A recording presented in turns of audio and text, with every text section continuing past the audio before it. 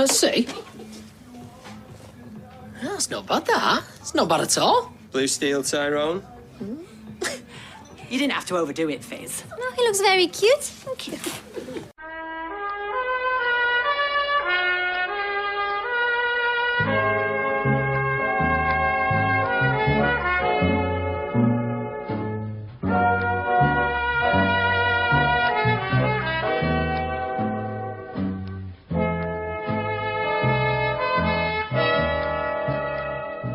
Hello and welcome to episode 129 of the Talk of the Street, an unofficial Coronation Street catch-up podcast, one half of which couldn't concentrate on anything until Adam corrected Carla's estimate of there being 6 billion women on the planet. I'm Gavin. And I'm the mother of a 12-year-old, again. Yes. Happy birthday to Miss Deli. Yes. She of the SpongeBob SquareCast. Yeah, I've already updated the header from 11 to 12 now. It's gone from 10 to 11 and 11 to 12. That's how long we've been doing that. Have you updated your age on it? Yeah, I did that some time ago. Yeah. Because it's not my birthday today. No. Or anything close to it. No. Ugh.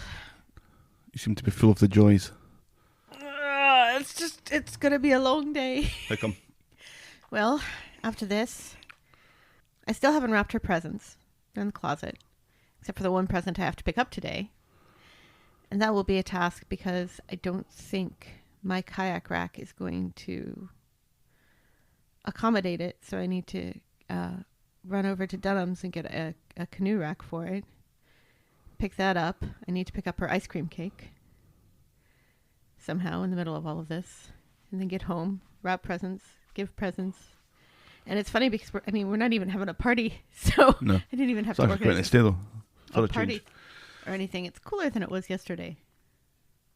But yeah, at least we're not in the middle of a blizzard and trying to throw a pool party. Or having several people of the same age as Stelly running about the house. Yeah, no, that would be a nightmare this year of all years. Any year, it's pretty much a nightmare. But Well, for you, but that's because you don't like people no. Or of any age. or those people. You like Axel, Who? Stelly's best friend. Oh, yeah. Every time you say that, I just picture Axl Rose, and it's not a great thing to picture. No. That Axl Rose is your 12-year-old stepdaughter's best friend. You'd have questions about that. You'd want to investigate that before somebody investigates it for you. Did you know Axel doesn't even know who Guns N' Roses is? Well, more fool them. So what, he's named after part of a car, so he could be just like Trunk. I don't know. He named himself, so. I get very confused these days. Yes. Old white man. Living in a ever increasingly not old white man world. Old straight white man. I'm fine with pretty much all of that. I just don't understand some of it. Right, yeah. Yeah, absolutely. So I don't pass comment on it, apart Right. from what I'm passing now. I am very much a live and let live sort of person. Right. I hate people, Yes. but I hate people for specific reasons, not just general reasons of... Well, you just generally hate people. Well, there are some people that I'm fairly fond of. Right. But in general, the human race is not your favorite. Of all races, I think you prefer dogs and cats. I don't prefer cats. I used to like cats. I've had my fill of cats now. I kind of like the dog. It's kind of The hard. dog annoys me. It's kind of hard to love them when there are 4 of them running around the house. Yeah. In hindsight, that was a mistake. Getting those extra 2.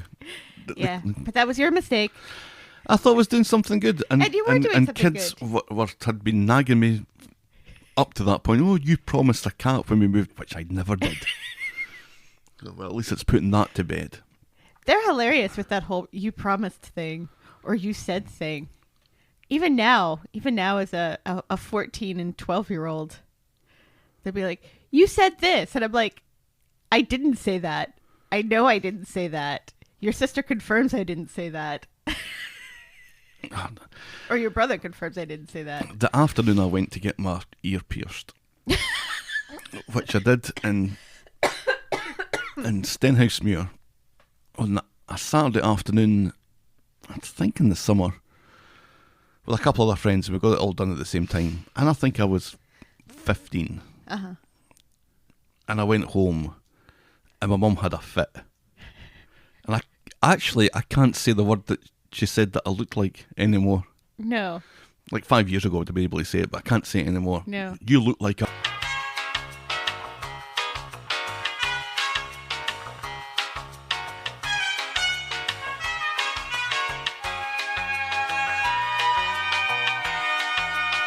And I said to her, because I'm going somewhere with this, you said when I was 12, I could get my ear pierced, and you said that when I was 10. And she did. And she claimed that she didn't. But I always wanted my ear pierced ever since I saw Adam Ant with his ear pierced when I was like 8. And she said, well, when you're 12, you can get your ear pierced. So I waited until I was 15, and she still had a fit about it. Yeah, so you even waited extra years. She should have been chuffed. Yeah, she actually grew to quite like it. Oh, and now you don't have it. No, the hole's still there, though. I can still put, like, I was just the other day that I was bored and I put a paperclip through it. What? There was a paperclip on the desk, and I thought, what if that hole's still open? And it is.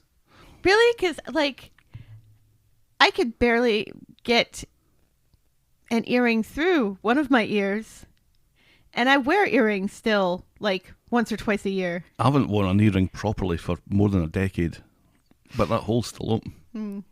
Maybe we should get a proper earring for it. I don't think so. I don't.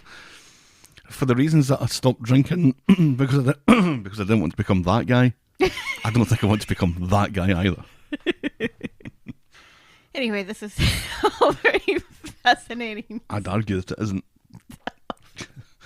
Hey, at least we haven't brought up disease or politics. For a change. For a change. And that's nice. It's We nice. kind of hinted at disease when we were talking about the party. That part, yeah. And I think you thought about disease when I was talking about putting a bent paperclip through my ear. I Anyway, wasn't. You kind of look like you did. Shall we preamble, my dear? I was just surprised that the hole was still there. And that's what she said. I can demonstrate it for you if you like. No, thank you.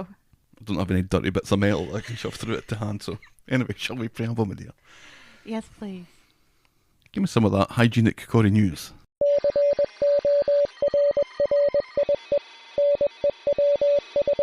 Bev Claude is doing quite well on I'm a Celebrity, despite her hip surgeries earlier this year.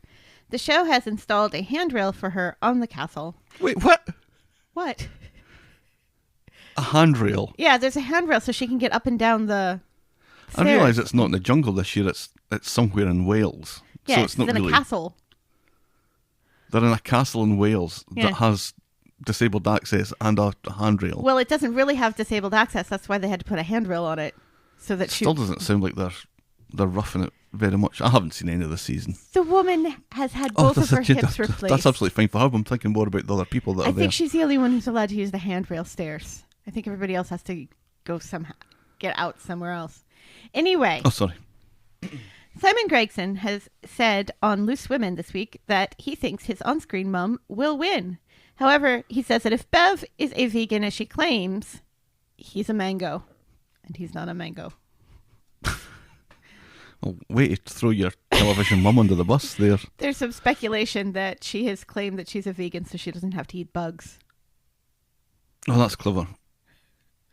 But she still has to eat vomit fruit. Where are they? Are they importing all this stuff They from must Australia be. now? They must be for this. I can't imagine it's warm in Wales at the moment. No, they're all quite bundled up. This doesn't sound like a good idea. And they have I've never really watched much of any of it, but yeah, like it looks more like a We watched some of the Danny Baker one before it happened. right before he was cancelled. And I watched a little bit of the one when what's his name? Kirk was on. Yeah. I watch clips and stuff because I have to. It's my job as a Coronation Street correspondent. I'm just examining my fingernails for no reason. It looks like a proper game show almost. sort This of thing? Yeah. Like there's like lots of lights and celebrities in boxes having to move things and anyway. I saw They still have to eat bugs and vomit fruit. saw a little clip of it on Twitter, I think, last night, where there was two of them, and I don't think I knew who either of them were, that had snakes wrapped around them. In Wales? Wales? This is just... None of this makes sense. I appreciate we're saying that none of this makes sense and we haven't watched it, but Right. on the surface of it, reading the synopsis of it as we are, Yeah. none of this makes sense. In Wales? Honestly, wouldn't they be safer in Australia? Aren't Australia's numbers even... Aren't there fewer people in Australia? And Than Wales? then, well, in the UK, and fewer opportunities to contract the virus. Although it's quite possible Australia's like, there's no way in hell you're carting a whole production team down here. I'd imagine At they're the probably moment. taking the New Zealand model and And shutting saying, down. yeah, we don't want your kind here, which is Finally, the tables have turned.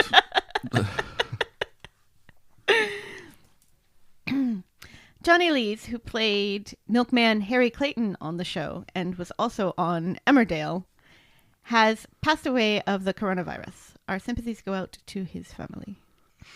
And finally, if you feel like you've seen the old man who offers Peter a swig Yes. this week, you're right. Yes. Dave Dutton returns for an 11th appearance on the show in 35 years.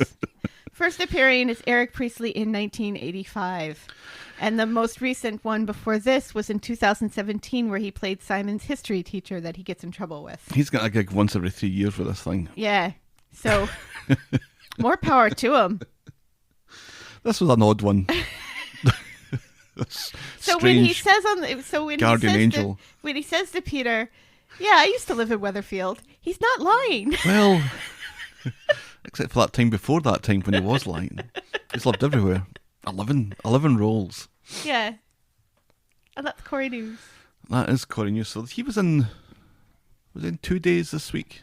Yes. That'll be him. Yep. That'll be him for another That'll 3 be years. done. Yep. Apparently he's also appeared in Emmerdale a couple of times because of course he has. It seems like everybody who's been in Coronation Street has also been in Emmerdale and vice versa. What a go-to guy, though. Yeah. If you need just a random... If you need a random old punter, random there old he is. man. And 35 years, though, he wouldn't have been... He'd just been middle-aged. In 1985, yeah. There's a career. Yeah. As a character actor, it's a living. It's not a bad living. Oh, if you- well, I would one imagine. would hope he's picking up more than 2 scenes in Coronation Street Right, every yeah. 3 years. One of his roles in Coronation Street lasted a year. He was on it for a full year between 1990 and 1991. So apparently he sold someone a dog. Well, that Called sounds like something Boomer. that Jack Duckworth would have been involved in. Yes, it? actually he sold the dog to Jack Duckworth. The dog's name was Boomer. That doesn't sound right, though. And apparently what he didn't realize is that Boomer stood for boomerang. So this guy had sold this dog multiple times to multiple people, and it always came home so he could sell it again. That reminds me of a joke of a talking dog that I can't tell for a whole number of reasons. Our mailbag. Kev wrote in to say, I can't be the only one so tired with the majority of storylines right now. I've never cared for Oliver or Screaming Leanne. We haven't had a sniff of Tim's dad in weeks. Todd and Sarah are having a competition to see who is the most irritating shit in the factory. Sorry, Alina. Although, well done to Peter and Carla, who easily get pass marks this week. With so many dull characters and dull stories, I share your opinion and hope that Ray Weinstein and Debbie successfully managed to swindle the residents of the street out of their homes and businesses and get the clothes off their backs and build that stupid fucking skyscraper of their dreams. I have a scene from Sin City in mind for this enormous erection. FNAR. What? Surrounded by terraced houses and cobbled streets and an inexplicable statue of Lenin. It'll be like my shiny new PS5 surrounded by piles of broken and partially melted ZX81s. Wait, go back to the springing out enormous wires erection? and had circuit boards all over the place. Kev revealing something of his age there, and sneakily managing to get in the fact that he has a PS5. And an enormous erection. Well, I think that's a deliberate double entendre, isn't it? Probably. He did put FNAR in brackets after it. Yeah. So I think it was Benny who asked if they were getting a PS5 for Christmas this year, and I laughed and laughed and laughed. We don't really need... We've got don't need another one. We have 2 PS4s. We have a GameCube that nobody uses anymore. I think we have a PS1 and a PS3 as well I've got a downstairs. 3 downstairs because I got a 3 when I when we moved over. Yeah. And I think there's still a Wii kicking around somewhere. It did cross my mind to get a PS5 for both of them, and then that would stop me having to think about anything else. Uh-huh. And then I could move that PS4 back in here. Then I'd have to get another TV because there's no TV to play it on. And that just became far too confusing. But I don't think we can get a PS5 these days for love nor money. It was funny. I don't know if you saw, I posted a picture that was on Facebook Marketplace where somebody was trying to trade a 30-pack of toilet paper for a PS5. And I would have got. And you know what? In our coming dystopia, that maybe. I saw one as well about somebody's TP'd my house and the value's gone up by $35,000. And now this.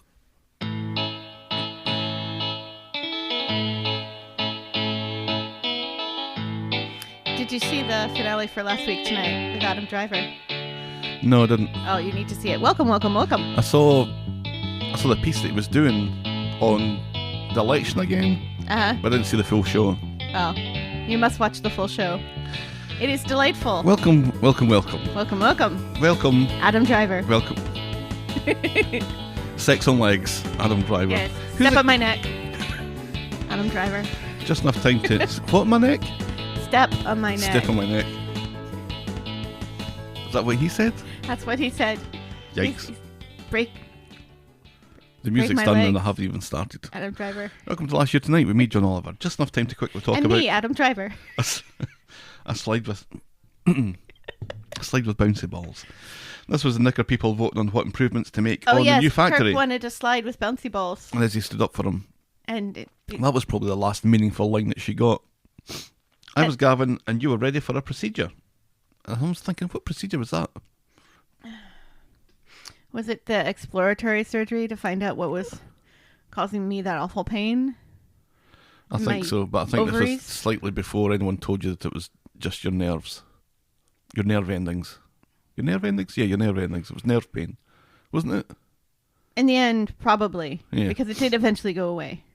But they thought it was my ovaries. And then it wasn't. No.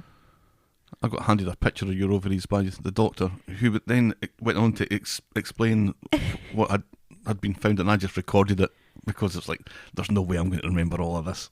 I don't know what half of these things are. You've seen more pictures of my insides than anyone else in the world. Yeah. Nobody. You're very intimate with my insides. I haven't. I've never seen a picture of any of your internal organs. And nor shall you. I was on around week 10 of my cold. Oh, I remember that. Sinead is committed to the earth. Daniel is angry at everything. And a baffled pawn shop owner wondered if keeping the golf clubs out in the open was such a great idea after all. Remember, because he finds what he thinks is a computer in that pawn shop. Bernie discovers the truth of Kel and Paul's past thanks to a well-pitched half-brick. This isn't the week Michelle is going to succumb to no Robert Cooties as she plots to destroy the silver-haired Lothario, who is all too quick to assume his legs are safely back under the bistro table. That was a year ago. Boy. Following James's walk of shame, Michael discovers that he's a daddy, but Aggie has her own ideas on the best way to handle this and opts for badly. David and Shona have an exciting proposal for a nonplussed Lily and Max. Nothing's happened for that, for obvious reasons, I guess. They were going to get adopted. Hope decides to paint a picture of Mummy on Mummy. Well, yeah. Shona could barely take care of herself, much less adopt anybody. Yeah, I would say she even just can't take care of herself. The Knicker people make a strong case against them ever having a say in how the factory is run ever again. Gemma doesn't belch. Shamefully, no one shouts haircut at Adam, and Ken is in hospital, but whatever. Moment of the week was Bernie reporting Paul's abuse, and boring moment of the week was Nick hanging around the Rovers looking for a place to sit down. And that was Coronation Street and the talk of the street this time last year. That was hilarious. It he was bought a hot pot or something, stupid, and, it was just and he like, couldn't find a place to sit. And that was a scene for some reason. And that other thing you said before that, I remember that too, and now I can't remember what you said. Ken being in hospital? Oh yes, remember when Ken had pneumonia and it was very serious? Yeah, nobody cared. Nah. And then he got better and nobody cared. 24 minutes. Shall we dive in, my dear? Yes, please. Oliver's Legal Army. On Monday, at number 1, in front of Steve, Emma is very conciliatory, thinking that Leanne will come round. As soon as Steve leaves, Emma confides in Tracy that Leanne must be fucking furious. It's not a competition, says Tracy. They're both going to lose Oliver, and Steve is the only one being sensible, and this fight is unnecessary. At the hospital, Steve arrives to see Oliver and immediately gets a mouthful of snash from Leanne. What's the point of saying hello to him? Says Leanne. If he can't hear you, why are you even here? But Steve just ignores it while Leanne gets ready to meet with Imran. So Leanne explains to Imran and Elliot that Steve doesn't want to appeal and has given up, but she hasn't, and then she said that it wasn't about them, it was about Oliver, which I don't recall her saying at all. No. In fact, she seemed to take a bit of a hump when Steve said, kind of suggested that might be the case. This is about Oliver and not about you. Mm-hmm. Imran is worried about this. If the judge knows the parents are divided on the appeal, it'll never be successful. Leanne decides that she can convince Steve to get on board. Never be successful. So she goes from being completely bad-mouthing Steve, and he's just the biggest shit on earth, to I think I can bring him round. Yeah. Yeah, with sweet talking like that, who knows? So she's calmer. She tells Steve that the appeal can go ahead if he doesn't oppose it, but it doesn't stand a chance without his support. Steve doesn't think the appeal stands a chance either way. Tracy and Todd discuss keeping this conversation to a minimum in front of Oliver, but Leanne hopes that he can't understand because he'd be crushed, just like Rana, to learn that his dad's given up. Oh my God! Then Leanne says that she's scared to leave Steve in the same room as Oliver, and Tracy is appalled. She then has the nerve to beg for Steve's support. The best he can do is not oppose the appeal, but he can't support it. Leanne says, you're still... You're going to milk this Rana thing forever, aren't you? Well, it's only been more than a year. The best he can do is not oppose the appeal, but he can't support it. Leanne says that she's not a judge or a doctor, she's a mother, and if that makes her emotional, then colour her in emotional, and she storms off. Yikes. Later, Steve explains his position to Imran and Elliot. Imran tells him he has to do what he thinks is best. Steve wants an outcome soon, but Elliot points out that Leanne is within the rights to take this to the Supreme Court or to the European Court of Human Rights. It could go on and on. It's her right to continue, but it's Steve's right to stop. Well, until they get to the human rights court. But and then it's potentially like years away, or months away, certainly. Yeah, and Oliver's not going to last that long. And I don't know, post-Brexit, the European Court of Human Rights probably doesn't become a thing anymore. Because Europe. Who knows what's going to be a thing anymore in a year from now? If Steve thought there was a glimmer of hope of recognition, he'd back Leanne all the way. He's not letting his son down, he's letting him go, he says. So after the meeting, Steve and Leanne are alone in the waiting room. Toya and Tracy have left, and Leanne finds it weird that lives are continuing outside, which is a real thing. Steve says the same will happen to them sooner or later. They'll be out the hospital, at home, and they'll catch themselves laughing at something on the TV. Life goes on. I thought that was quite a salient point. Right, yeah, because Steve has some experience with this. Right. Yes, which Leanne seems to not care about. Nobody seeks to bring this up. Steve has lost a son already. Yeah, which he does mention later. Yeah. He has had a baby child die. And nobody seems to be taking that into account as far as his feelings are concerned. And, Leanne's acting like she's the only person who this has ever happened to, ever in the history of the world. Oh. So Leanne doesn't want life to go on. She apologises for earlier. She's sorry that he won't support her, but is grateful he won't stand in her way. He pinches the bridge of his nose and mentions getting tea, and Leanne is now suspicious and asks him to confirm, and he ignores her. Be right back, he says. She catches up with him soon enough, and he can't promise not to stand in her way. The appeal is a mistake. He can't stand by and watch it go on and on and on indefinitely. He's going to get a solicitor of his own. She thinks she's fighting for his life, while Steve will be fighting to put him to sleep like a dog. Ugh. Poor Teddy. She wants to know who's put these ideas in his head, because she's known him long enough that he can't think for himself. Yeah, that'll win him round. Mm-hmm. More zingers like that. He points out that he's sat through enough. He's seen everything. He's learned about the same evidence. He's heard the same advice. And if he thought there was a chance, he'd be fighting all the way with her. He'd be knocking on the door of that Supreme Court, he said. Uh-huh. Hello, Supreme Court. It's Steve. Hello. But there's not, so he can't. It's not fair. They've done their best, but they can't save him, so why prolong it? He won't change his mind. He can't change his mind. He's hoping that she will. And then she says, well, that sounds like we've come to the end of the road. Mm-hmm. So we don't see anything on Wednesday, and it kind of takes a little bit of a turn on Friday. Toya is there with Leanne at the hospital. Leanne is about to head off before Steve gets there. Toya thinks that they should talk to each other rather than avoid each other, but Leanne can't forgive him for what he's doing and wants to change the subject. even when Toya points out that Steve thinks he's doing the right thing, and he isn't actively trying to hurt Leanne or Oliver. Back at number 1, Emma and Tracy are chatting about Oliver, and Tracy is worried about how Amy's going to cope when her little brother dies. Because Emma has an idea to create a memory box for Amy about Oliver, and might even help Steve. Yeah. I think we could have all used a memory box about Oliver a few months ago. Tracy thinks this might be a smashing idea. So Emma goes to see Steve, who's worried that he's a bad person, but there's no hope. It's all limbo, he says. Emma floats the memory box idea, thinking they could maybe get handprints and stuff. Steve likes the idea. They did the same for Rory, and then Michelle appears in the room because she's been summoned. Steve worries that Leanne wouldn't cope with it though, but on further reflection, Oliver's enormous feet, Steve thinks that Emma should go for it. Yeah. So later, I can imagine this is going to end badly though. Oh, you think? That Leanne's going to walk in the room while they're taking prints of his feet and take it badly. Like this is a sign that there's no hope or something, or they're, futzing with his body and stuff. Yeah. Yeah. Because Anyway. it's a messy procedure, because you have to get a roller and ink, don't you?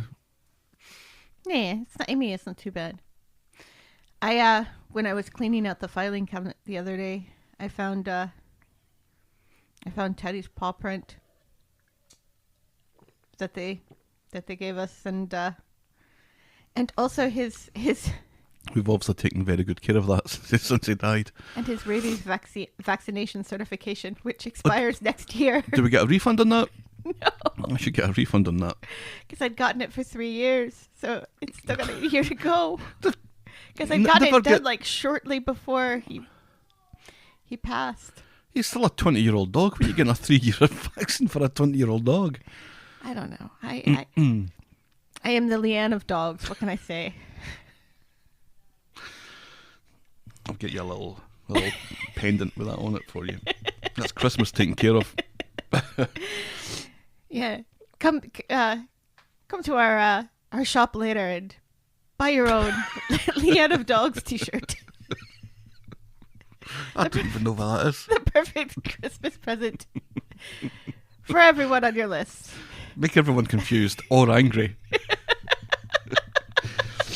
Later at Speed Dial, Amy loves the idea. It'll be a great place to remember all the funny things that Oliver did and his gigantic feet. Shit's getting real, says Emma, and Tracy doesn't think a memory box is going to work on Leanne. And that's as far as we get with that this week. Yes. I was kind of forced to remember my ex-sister-in-law who lost 2 babies in 3 years. Ugh. That I have a memory of her partner carrying the coffins himself because they were so wee. Right. And it was a humanitarian that was doing the service, telling a story about a train with a teddy bear on it that never reaches the station.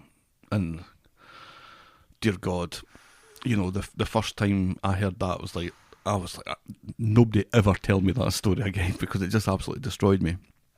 But then I think about how she got through that, not once but twice in 3 years. years. And Oh my God. the first baby, Charlie, was born on my mum's birthday, December 19th.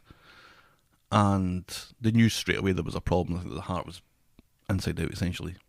And she lived until Hogmanay, so New Year's Eve was when they turned the machine off. But she had to make the decision. Mm-hmm. So, I don't know.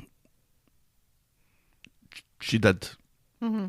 And I was kind And of then estranged had to do from it her. again 3 years. I was estranged a bit from her the second time, although I did go along to the funeral.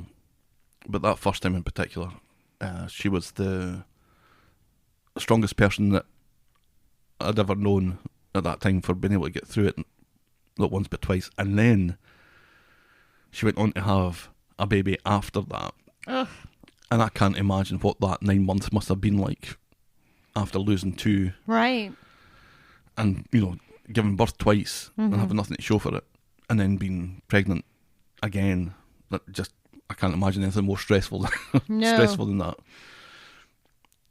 And she's a mother, and that's how she dealt with it. Yeah. She made the decision. She was strong. She listened to advice. She loved that Wee baby. Mm-hmm. Absolutely. So yeah, we're just reminded of that this week. Oofed. Yeah, I mean, I've never had that happen, thank God. But I remember being on bed rest in the hospital for a month and being hooked up to things and, you know, listening to Benny's heartbeat constantly, you know, because the heart monitor was on all the time because his heart rate would decelerate for no apparent reason, which was why I was on bed rest. And, you know, every time that happened and they would rush in and everything, you know, you think this is it. And then obviously he survived, but you know, being a mum is not easy. And life is a very tentative thing. It really is. Shall we talk about Sean now? Yes, let's please bring the room up with some makeup. Because this, I think, is my favourite bit of the week. It's the Sean storyline, y'all. It's the eyebrows. We will get there. Tyrone's eyebrows look like yours. No, just stop spoiling it. This is a catch-up podcast. People know. My eyebrows aren't as thick as that. They're thick. And they're dark. They're dark, but they're not like They're the painted only on. they're the only bits of your hair that are still black, except for a wee bit in your mustache. I've got still a wee bit of pepper in there. It is. You're looking very Sean Connery-ish. Oh, there's a look. On Monday, the Knicker people are discussing the verdict from Before last he week, died. most of whom are siding with Leanne. Todd, however, thinks the independent judiciary is a cornerstone of a functioning society.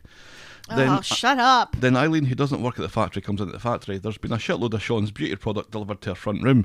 A giddy Sean looks forward to sorting it through at lunchtime. And then we see that Michael's working his magic on Beth, and we understand that his delivery has arrived too. So we've got a little bit of a rivalry thing going on here that doesn't really come to anything.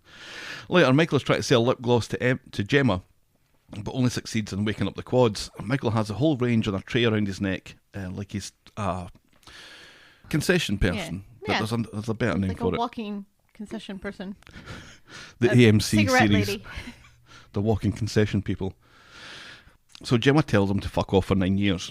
Eileen overhears Gemma's money woes and how Joseph wants a new tracksuit and offers some of Todd and Jason's hand-me-downs. At home, Todd wonders where he's going to sleep tonight because the room is full of beauty products. No one cares. Eileen points out that Michael is selling door-to-door while Sean is figuring out how to unpack. He's still not paid his rent, and now he has to buy Dylan a phone for some reason. Where did that come from? Why couldn't his mum do that? Seriously. You get the lady who's taking him to Scotland to a castle for Christmas can't buy him a phone. Why does he need a phone? Doesn't he already have a phone? He did have a phone. He had a phone. Why does he need a new one? This shitty cosmetic thing is his ticket out of the Knicker factory, he says. Eileen still thinks it's a pyramid scheme. He asks to throw a makeup party in her front room, but she puts the kibosh on it. Besides, Mary's still mooning for WWE's The Undertaker, whatever that means. Sean is determined to make it a success and impress Dylan or whatever, and thinks about staging his own party at Speed Dial. It's The Undertaker's farewell live event this weekend, I think, on the WWE. He must be nearly 60 by this point. Yeah, he can't possibly still be wrestling, can I think he is. Oh my God. Hulk Hogan was doing it up until fairly recently. And by fairly recently, I'm saying at least 20 years ago when I last And watched by it. doing it, we mean wrestling, not that other stuff. No, I can't comment on that. Did you ever watch that Hulk Hogan reality show? No. I used to watch it all the time. I loved it. I've never been that interested in Hulk Hogan. It was never he always kind of annoyed me Well, at yeah. the wrestling. I think that's kind of the point. No, he was a face for most of the time, wasn't he? Yeah, still. He was an annoying face. Just like that other guy, the guy that you hate, that was the face for a while. No, I don't think you were meant to find him annoying. I found him annoying. Daniel Bryant. Yeah. Kirk Angle as well. He goes into that category. Yeah, see? So you just find liked- them, you I just just find liked- nice people annoying. I just like The Rock and Scotty Too Hotty. That was Well, it. come on. Who doesn't like... Did you never like, what's his name? I'm going to need Roddy more than Reddy that.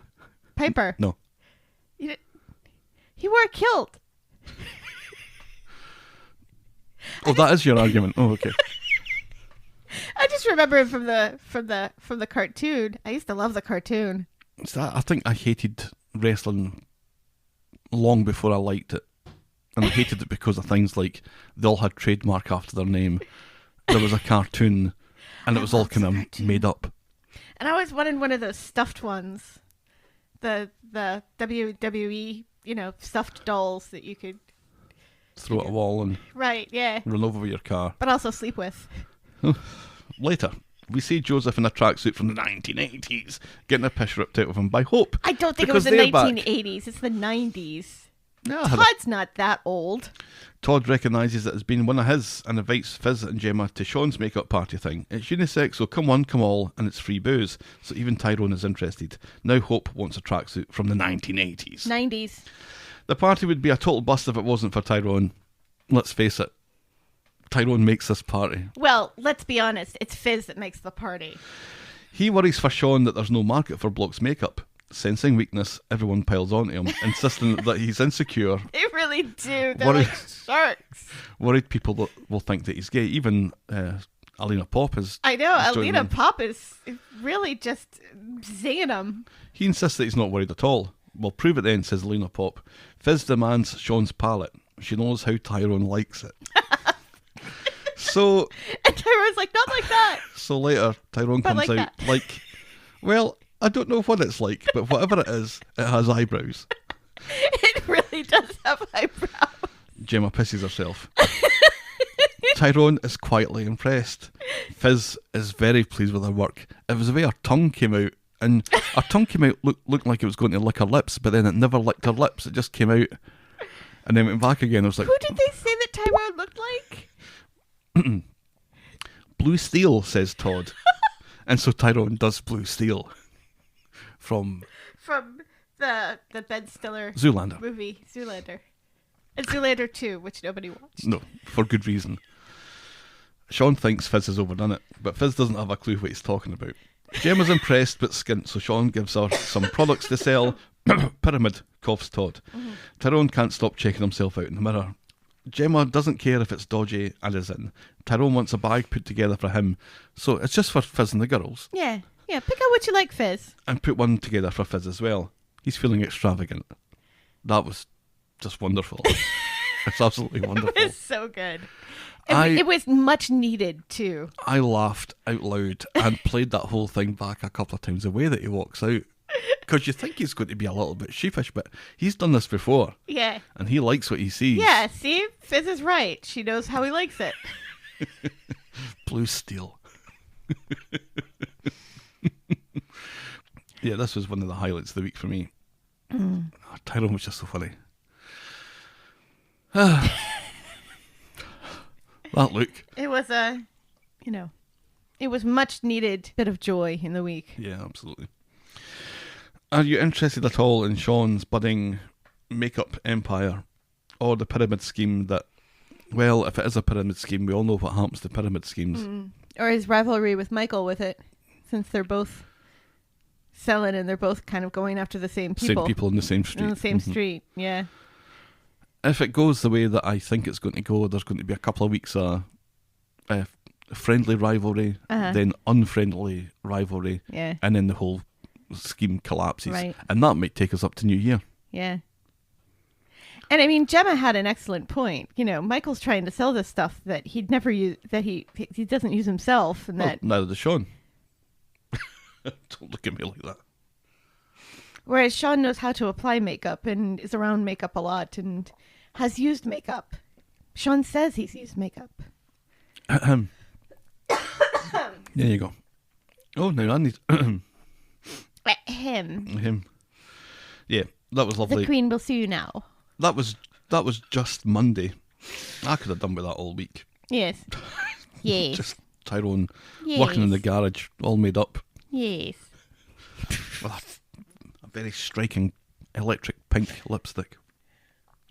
I don't know if pink's his colour. He seems more like an autumn. Our next storyline today. PC Tinker on the case. Aye. Reporting for duty, sir. Aye. Remember like a month, or was it 2 months ago, where he said that he would never be scheduled to work where he lives? Oh, that was like months and months ago. Remember that? We've talked about this. I know we have. I just wanted to remind everyone that he's not supposed to be working the streets that he lives. He's not supposed to be working on the streets that he lives, or round about the streets where he lives. And he's also not supposed to be wearing his uniform while walking round about the street where he lives. Right. That doesn't seem to be a thing anymore. No. Apparently now they're scheduling him to do outreach in the street that he lives. Scheduling, yeah. Yeah. On Monday then, Craig escorts Faye to the bistro. Faye has left her phone at his place under the pillow, so we're to assume that, Yeah. Along comes Ray Weinstein, praising Craig for his heroism in his guise as PC Tinker. Ray wants to up his security, and Craig offers to pop by later when he's on duty to give some free advice. Could you be any more perfect, asks Ray, and then compares Craig to Officer Dibble from Top Cat, and Craig doesn't really get it. Yeah, there's a couple of scenes where he doesn't get references to things that happened in the 1980s. And it I would gets annoying. say Top Cat's the 1960s. Yeah, but it was still playing in the 80s. It was. No one seems to, or people are remembering Officer Dibble differently to how I remember Officer Dibble. How do you remember Officer Dibble? He was the stooge, wasn't he? They took the piss out of him all the time. And I think that's kind of where Ray Weinstein's going. Right, that's where Ray Weinstein's going. But Kirk and Beth seem to think that Officer Dibble was some standing pillar of integrity and... This is Kirk and Beth Oh, speaking. that's true. But you remember cartoons, surely. Yeah, but this is also their son. Yeah, anyway. Yeah. So PC Tinker arrives later with Faye's phone and goes off to check the bistro's locks, security and CCTV. Ray mentions that the CCTV is like Super 8, so they'll start there. Ray goes off to take a call and Faye shows PC Tinker into the office because it doesn't look good for business if there's a policeman hanging about at the bar. There is no business. Right. They're doing no business. No, there's nobody there. So in the office, PC Tinker's snooping around on Ray's desk and comes across the redevelopment plans that laid out for everyone to see. And comes Ray. "All right, Snoop Dogg," says Ray, who's just given the best lines this week. You're supposed to hate him. I love him. You're supposed to hate him, and yet now that Come on, Ray. now that we've more or less moved beyond him being a pervert, Yeah. he's a delightful villain. He really is. He gets all the best lines. He gets the best lines. He has, like I said this on Twitter, he has the swagger Yeah. that I expect from a bad guy. Yeah. He really fits the mold quite well. He commands the scene that he's in. You know, he's a striking presence. He has the charisma. Yeah. Everything kind of is revolving around him. He just sells being the kind of cheeky bad guy really, really, really well. I'm thoroughly enjoying it. I want him to win. Knock down the street. Build the fucking skyscraper. Everybody moves to Emmerdale. They could move to like a little, make a tent city on the Red Wreck. Carol suddenly is like the debate lunch of the show now. Right. Because she's been there for so long. Right. Well, this might work. And it's funny because I remember in the beginning, you know, with the whole Michelle stuff and everything, he didn't really have that. He was very kind of seedy and gross. He was a little caricature, I think. Yeah, a and now bad he's guy. not really seedy and gross. No, although I do worry that we're going to go back to the pervert thing with a couple of things that he said to Faye Yeah. that were kind of borderline. But he But- says them to butter her up to... Yes. Well, we'll get to that. We'll get to this. So, PC Tinker continues like nothing happened and starts to make security recommendations. There's an elephant in the room, says Ray Weinstein, and it's not PC Tinker anymore. Again, zing. PC Tinker says he didn't see anything, which Ray suggests is another way of saying that he did. Ray offers a slap-up meal for him and Faye to thank him for everything that he's done. He says people send him shite every day of the week. It doesn't mean it's going to happen. PC Tinker is glad because a skyscraper doesn't really fit into Coronation Street. Ray recommends No kidding. the Chateaubriand and a nice bottle of Barolo. PC Tinker doesn't seem to realise that he's been bribed, and Ray does. The 2-second smile fade of the week. I think PC Tinker does realize because he turns him down. But also, this was annoying too, that Ray and other people keep saying things that Craig misinterprets as them talking about his weight, and he's constantly saying, I'm not fat anymore. It's like, we can see that, Craig. I don't know. I'm drawing attention to it makes it. It's like we know Craig. We know. It's like, are we trying to imply that he's self-conscious about his weight loss, that he's overly proud of it, or that he's dumb? Because there's lots of other stuff that happened this week that indicate he's not dumb.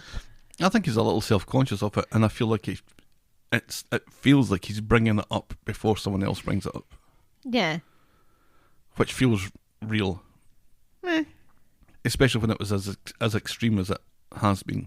Well, that's true. Because it was pretty extreme. But, part of the reason why it was extreme is because of lockdown. Right, well, we all know that, but Ray Weinstein doesn't know that. Anyway, later outside the factory, PC Tinker explains to Beth, Kirk and Faye that he turned the meal down. I don't think he's turning it down because he feels like it was a bribe. I think he's turning it down because it could be seen as being a bribe. But I don't think he thinks it's a bribe. I don't know. I mean, like I said, there's other things that happened this week that make it seem like Craig is on to him. Beth thinks PC Tinker is mental to throw gratitude back in Ray Weinstein's face, but PC Tinker isn't Ray's biggest fan. He'll go to the bistro, but he'll be paying. That's grand, says Beth. She and Kirk can eat for free, and PC Tinker can pay for him and Faye. Then Kirk sings the theme to Top Cat. PC Tinker goes to offer his security services to Gary. Gary doesn't have time. PC Tinker looks personally disappointed by this. Gary then brings up him and Faye. And PC Tinker nods non-committally and changes the subject, asking if Gary has heard anything about any big building projects in the area. Suspicious, Gary pretends that he doesn't know what PC Tinker's talking about, so PC Tinker does what comes naturally to him. He makes his excuses and leaves. He is very good at that. I'll be on my way then. I'll leave you to it. I'm gonna head out. Aye. Craig and the others are enjoying their meals in an otherwise empty bistro while Ray is on the phone to Gary learning what PC Tinker was asking about earlier. Cheers for the heads up, says Ray, who asks for a quick word in private with Craig. Ray explains how he plays golf with Richard. That's Craig's chief inspector, and has plans to bum Craig up to him after everything that he's done.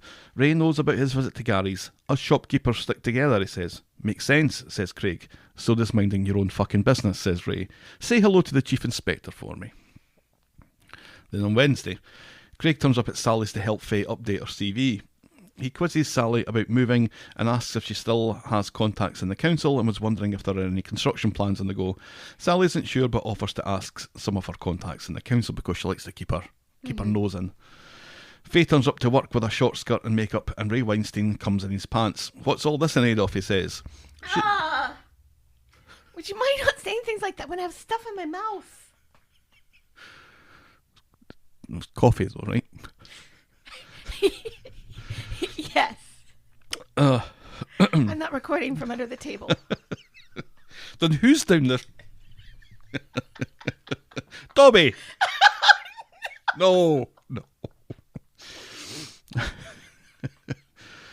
Where have I got comes in? There we go. What's all this in aid of? She explains she's going to be handing out CVs to get her career kick-started, and Ray offers to help. Maybe she has a future in hospitality. He's always had a soft spot for the self-motivators. And comes Debbie, and Ray explains that if he keeps Faye sweet, the gobby bobby.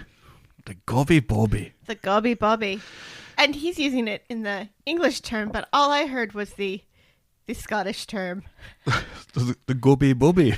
Yes. From the Gobi Desert. Keeps his mouth shut. So now we know why this relationship has been manufactured between Craig and Faye. Yes. It's all starting to make sense. And it has been manufactured because there's no chemistry there. Not really. No. You just can't put two similarly aged people together and expect there to be fireworks. It's like mashing your Barbie and your G.I. Joes together as a kid. That's exactly what this is like. Later, Craig drops into the bistro to get Faye and go handing out CVs like Edinburgh Fringe flyers. When Ray wants to give them during the a once pandemic. over, not wearing masks. You have this potentially contaminated piece of paper. He reads one and then tears them all up. Craig protests because Faye's a girl and can't do that for herself. Ray reveals that if Faye wants a career, she's got one, as he's looking for a trainee manager for the entire chain. Craig is annoyingly sceptical of this and draws a hard glare from Faye. Ray insists it's on the up and up, and he'll check with his boss. Because Ray has a boss? Well, no, his, associate manager or something. And they're Because, all one happy family. yeah, so it's like a partner more than a boss. Then he glares at Craig, who seems to finally twig what's going on here.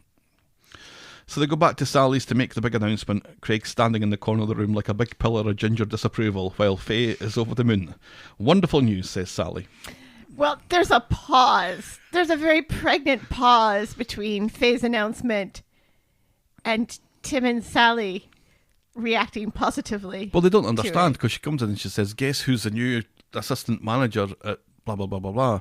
And they have no idea that she's talking about herself. Right. So they're both looking at her exactly like... Timbot4000 says this does not compute. All How right. does it look? Well, it computes that she's getting a promotion. It doesn't really compute that she's now the assistant manager of the entire chain. Right. Yeah. Manager of the bistro? Maybe. Jared Kushner's got that job, surely. No, he's busy on he's building 666 Park Avenue. And now is the assistant manager to Ray's entire hotel chain. It's Jared. You know, he's going to be out of a job here pretty soon, so... Oh, come on now. Come on. Let's not be doing that podcast, shall we? You've not brought it up. Yeah, so go fuck yourself. Right. Jared Kushner. Sometimes it's funny when people lose their jobs. It Anyway, is funny sometimes. Where did we get to? Like the pregnant pause, and Sally and Tim at first can't really believe it either. Tim is very impressed with this Ray bloke recently. Then Tim and Faye go off for the champagne, and Sally tells Craig that our contacts in the council were cagey, but it seems that there's nothing going on development-wise. Yeah, Tim. Well, I didn't seem to really like that Ray guy back when, he was shagging Abby while also sexually irritating, his waitresses. But now it's okay. Because he gave lots of money to Oliver's fund. Right. He gave Remember? lots of money to Oliver's fund and gave his daughter a promotion. So Right. now he's fine. It's sad because that's so real. Craig goes to the bistro to see Ray, who continues to rip the piss out of him, calling him the feds. Oh, it's the feds here. Oh, here come the feds. Craig wants him to knock it off. Do they even call them the feds in the UK? No, there's no such thing as the feds. No. Craig wants to know why he gave Faye that job. Ray says Faye's good. Craig says they both know that's not true.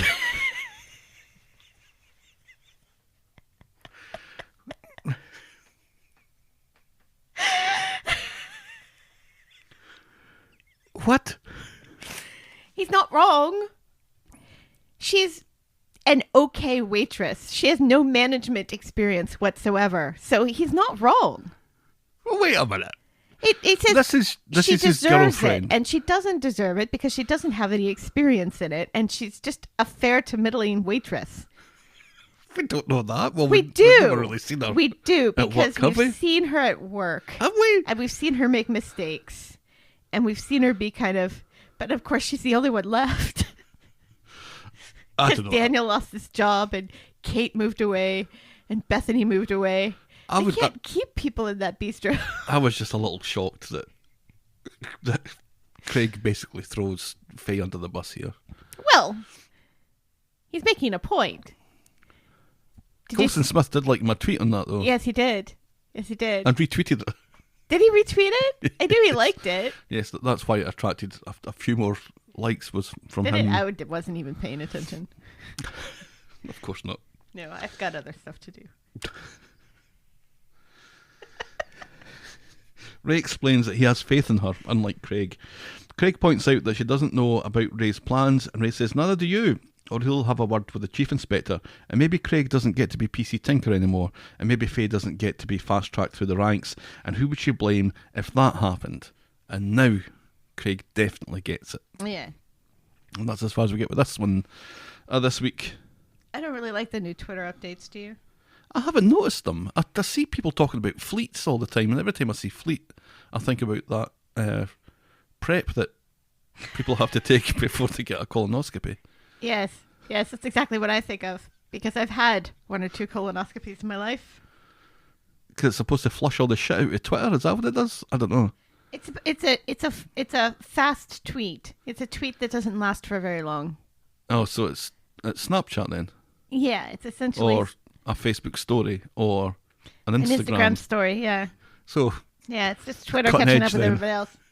I'm taking nothing to do with it. But like, the fact that they have like a hamburger there instead of your Oh, I hate that because it's far too close to other things. right. When you fat finger it, you end up, I don't know, there's a button underneath it saying tweet all your exes right now, and it's very, it's not ideally placed, I don't think. No. I think it's an interesting assignment to make Craig the one who's supposedly going to, well, Right. he has discovered what the plan is, Yeah. Yeah. because Craig's, I don't know,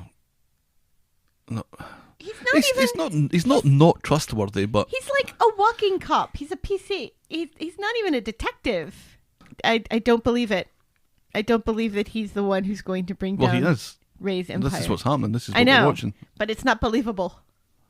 Well, Because isn't somebody else? Somebody else was sniffing around this. It was it was Gary, and now Gary's on side. on side. So he's just going Abby's after all the disbelieving. gingers. He's just going after all the gingers, getting them on side. Well, who's next? He's going to have a little ginger army of people working for him. Fizz? Oh, now that I could believe. Yeah, I mean, she Fizz already could works for stumble upon Gary, this. so. Mhm. Or does she? No, Gary hired her back, didn't he? He let her go. Yeah, Maria forced Him to hire him back. Hire her back. Good job, Maria. I would kind of prefer Debbie not to be involved in it, I don't know. Debbie kind of.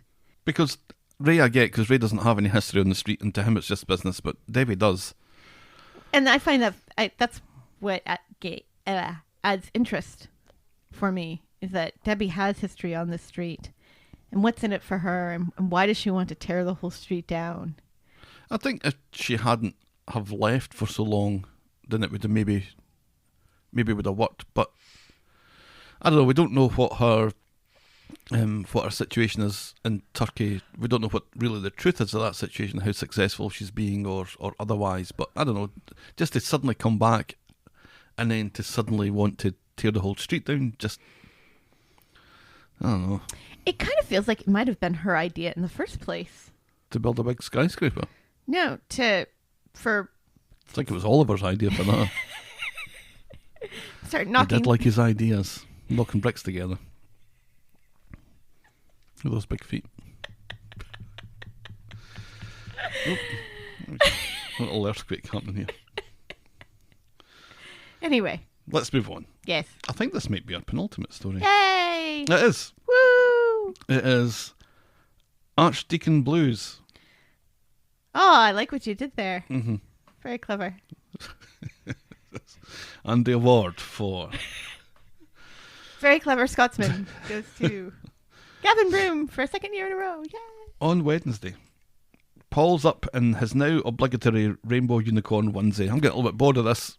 I love it. That was funny to start with. Now it's just This is his second outing, isn't it? he is in. It's better than him being in sweatpants all the time. That's true. He's running late for work, sleeping in after a late shift at the helpline, but not so late that he can't spend time on Billy's laptop eyeing up the new Archdeacon digs.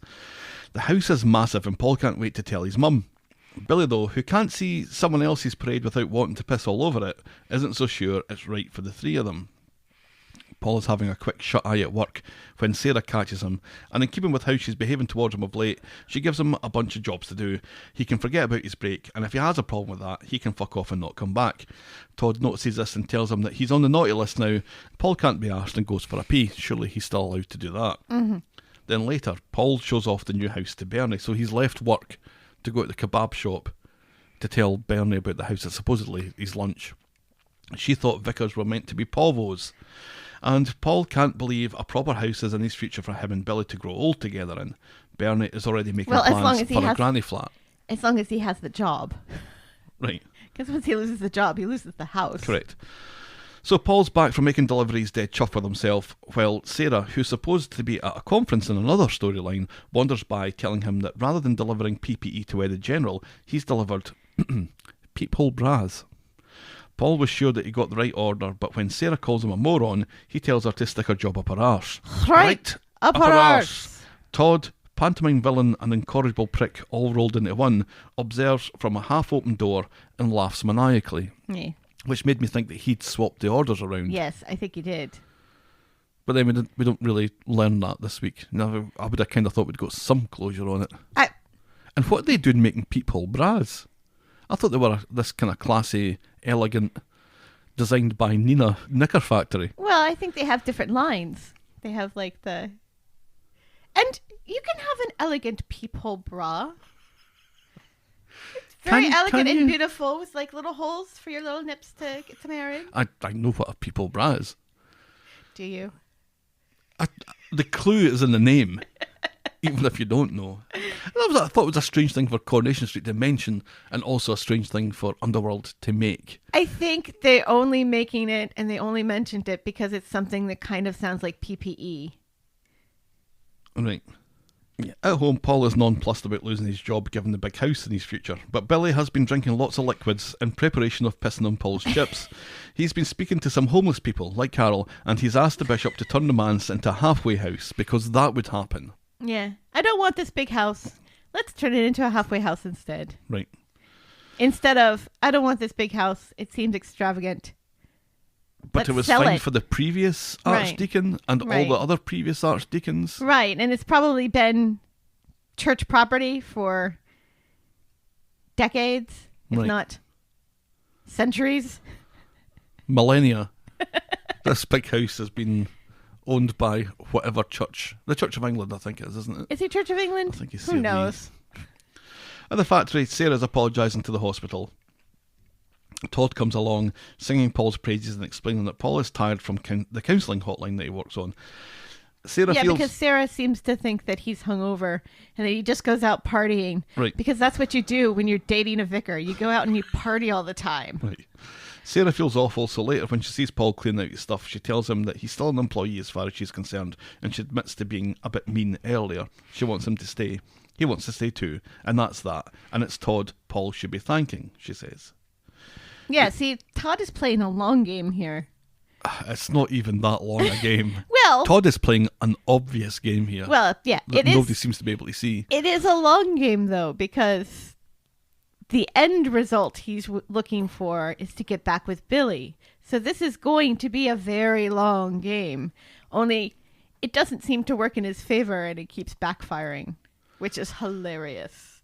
Yeah, he's a bit Dick Dastardly, isn't he? Yes. Because he's a nice guy, that's what Paul does. He goes to thank Todd and then says, it's a chippy tea for one. A chippy tea. And if it hadn't been for David the dog, he'd also have had a kebab for his lunch. Right, but David the dog...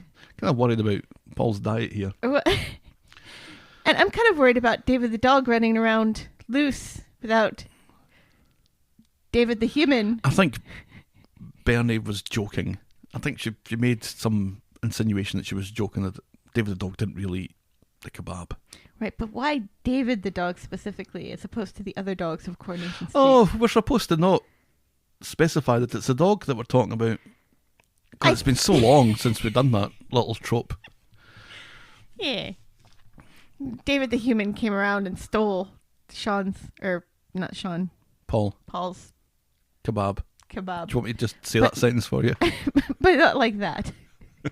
Right. So, David's been gnawing on Paul's kebab.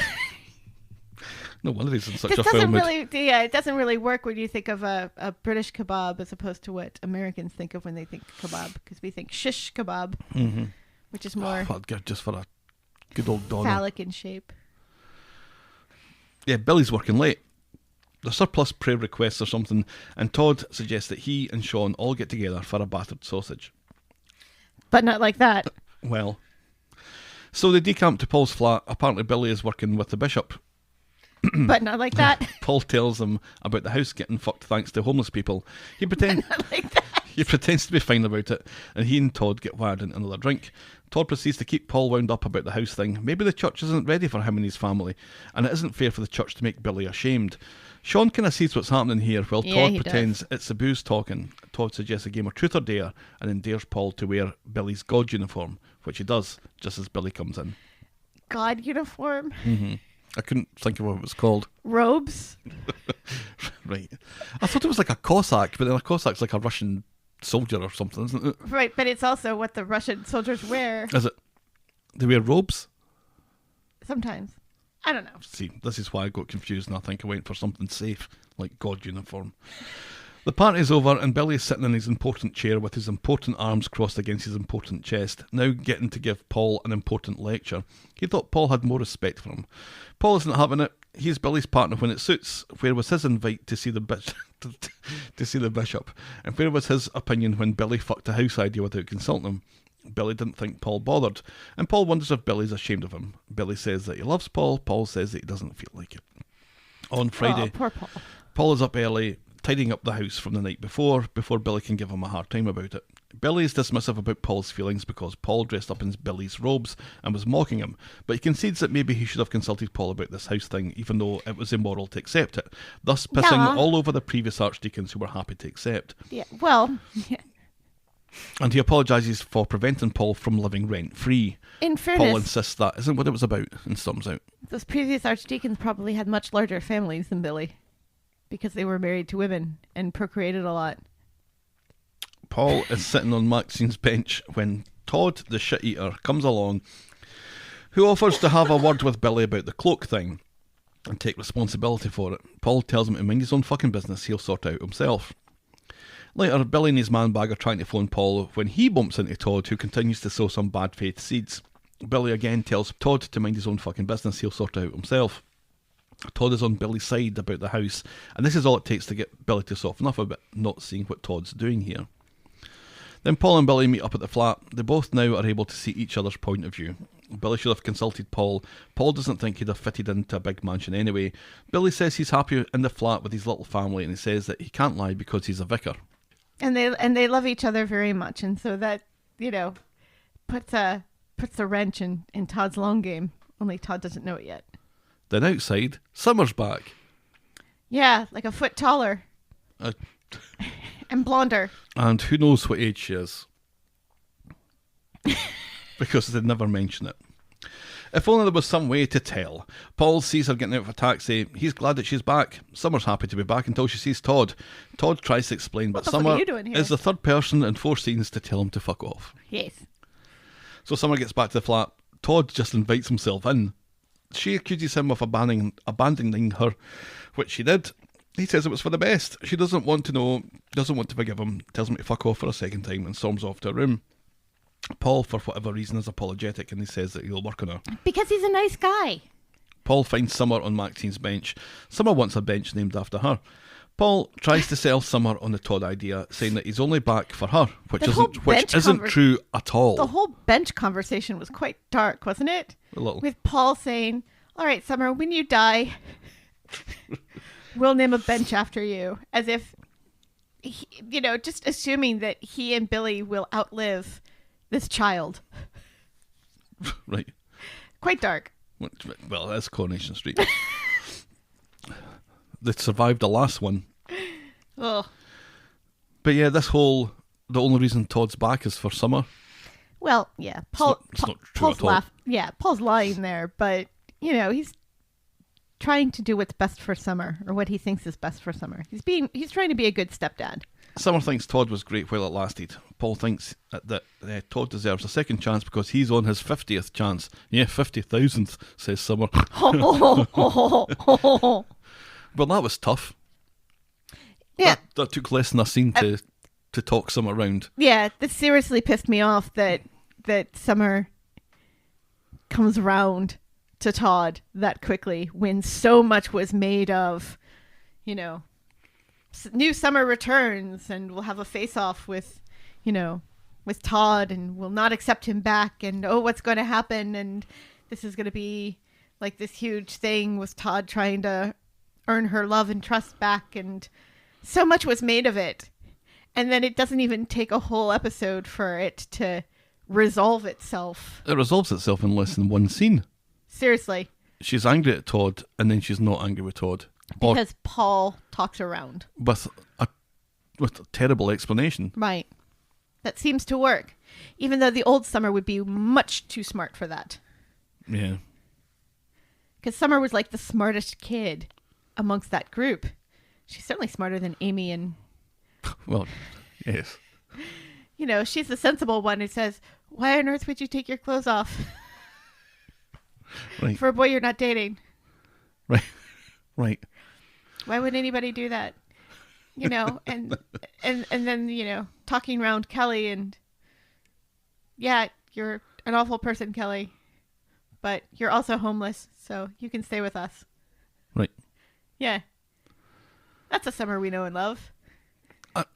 Let's give her... I'm giving her the benefit of the doubt. Because we haven't really seen an awful lot of her to make up her mind. She does seem to be quite confident in the role, which is good. Yes. Yeah.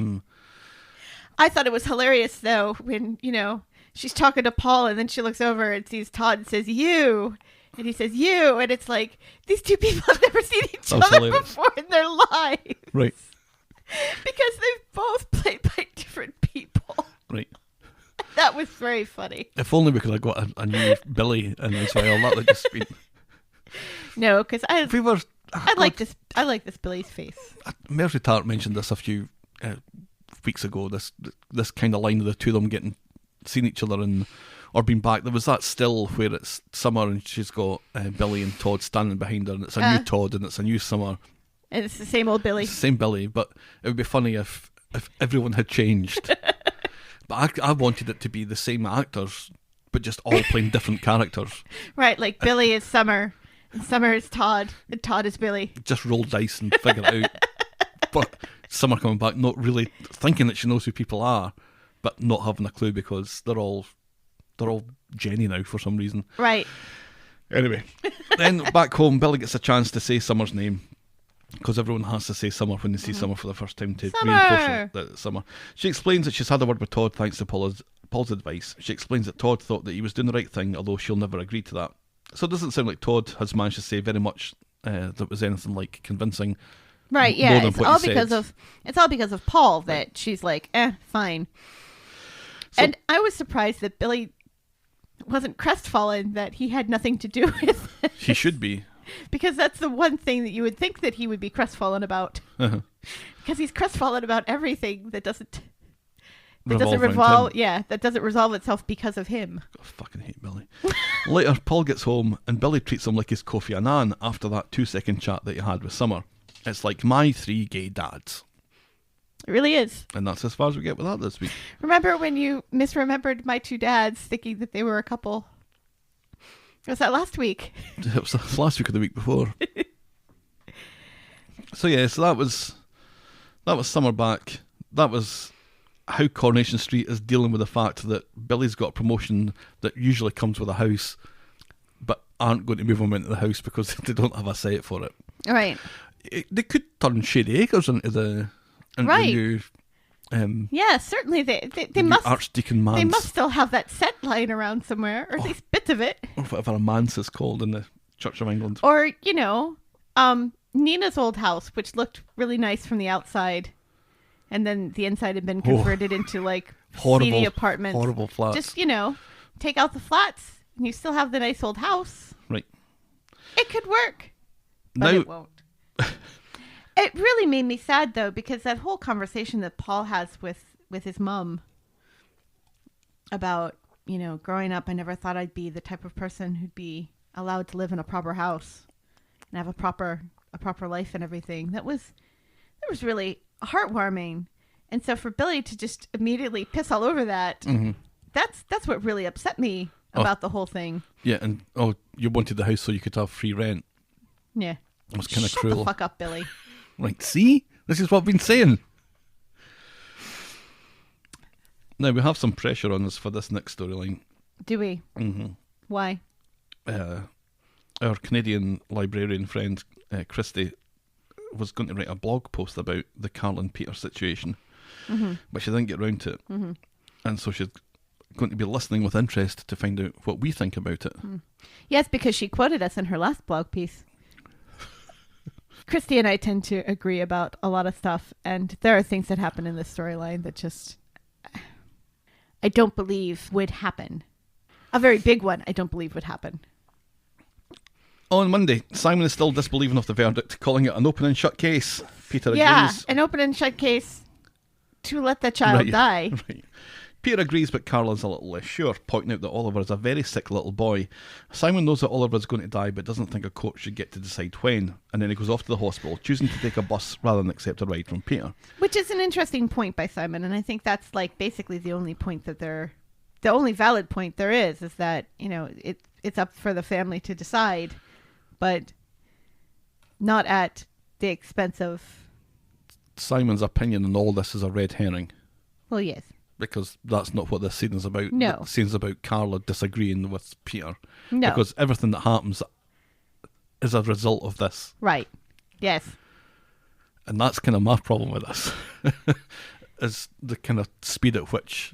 Well, yes and no. I mean, let's be honest. Carla and Peter have kind of been knocking heads together for a while now. This is just yet another bit that moves forward tragedy.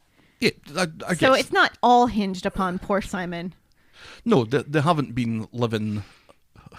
They haven't been living happy. La Vida Loca No. last week, and suddenly this is the first hint of it. But this is kind of build up as the first thing that happens on Monday. Yeah. This is build up as being the kind of the thing that's going to start an argument that is then going to kind of snowball and become more and more out of control. But you're right. In previous weeks, we've had more arguments, and they haven't really been. There've been niggles. They insist that they love each other. There's more niggles. They kind of forgive each other, and then they And I cast would things up argue again, that and some of this stuff is more than a niggle, like Peter. there are definitely things that admitting should be that- talked about. Yeah. So anyway, so Carla's got a call from the Chariot Square conference confirming that they're all booked in. For a conference during a pandemic, Right. which is just like. Basically, it seems to be like right in town for the many times that Carla and Sarah keep jumping back and forth between this conference that we never see. It feels round the corner. Yeah. It really does. So the disagreement between Carla and Peter continues when they get back to the Rovers. Peter saying he was only keeping Simon's chin up. Carla insisting that he was ignoring facts as per usual. And this develops into a bit more than a disagreement when Carla says that he's ignoring the us thing as well. Peter Sarkily... Right, because, yeah. Peter Sarkily apologises, saying that he's got a bit on his plate considering he's helping Simon cope with Oliver's illness. But Carla, quite rightly I think, refuses to fall for it, saying Peter only became interested in this yesterday, and there seems to be not so subtle digs from Peter that Carla doesn't know because she's not a mum, so she has no idea what anyone's feeling here. Peter tries to backtrack. Carla tells him to quit while he's several laps behind. Yeah, because there's a reason. Yeah, it's like You're digging your own grave here, Peter, Yeah. because you're the reason. the scab that you're picking at might be on your own knee here. Right. And it only gets worse sometime later when Peter asks Carla if she's calmed down from earlier. Oh, God, it's like he's asking if she's on her period. Yep. She reminds him of why she's not a mother, because she miscarried Peter's baby when he had a fling with OG Tina. Then, why are we back together, he asks. She wonders if a condition to the reconciliation was never mentioning the baby that they lost or the fact that he was shagging a 23-year-old barmaid. He leaves for work as she reminds him that there's always another woman at the front of his mind. Tina, Abby, and at one time it used to be her. Yeah. Which I thought was big of her to admit. And also, Carla, if you can admit this, then baby Peter's right. Baby, you really shouldn't be with him because you should know by now. You knew it was a snake when you picked it up. Right.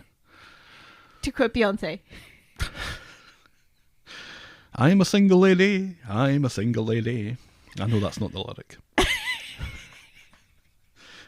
I do it to annoy people. And by people, he means me.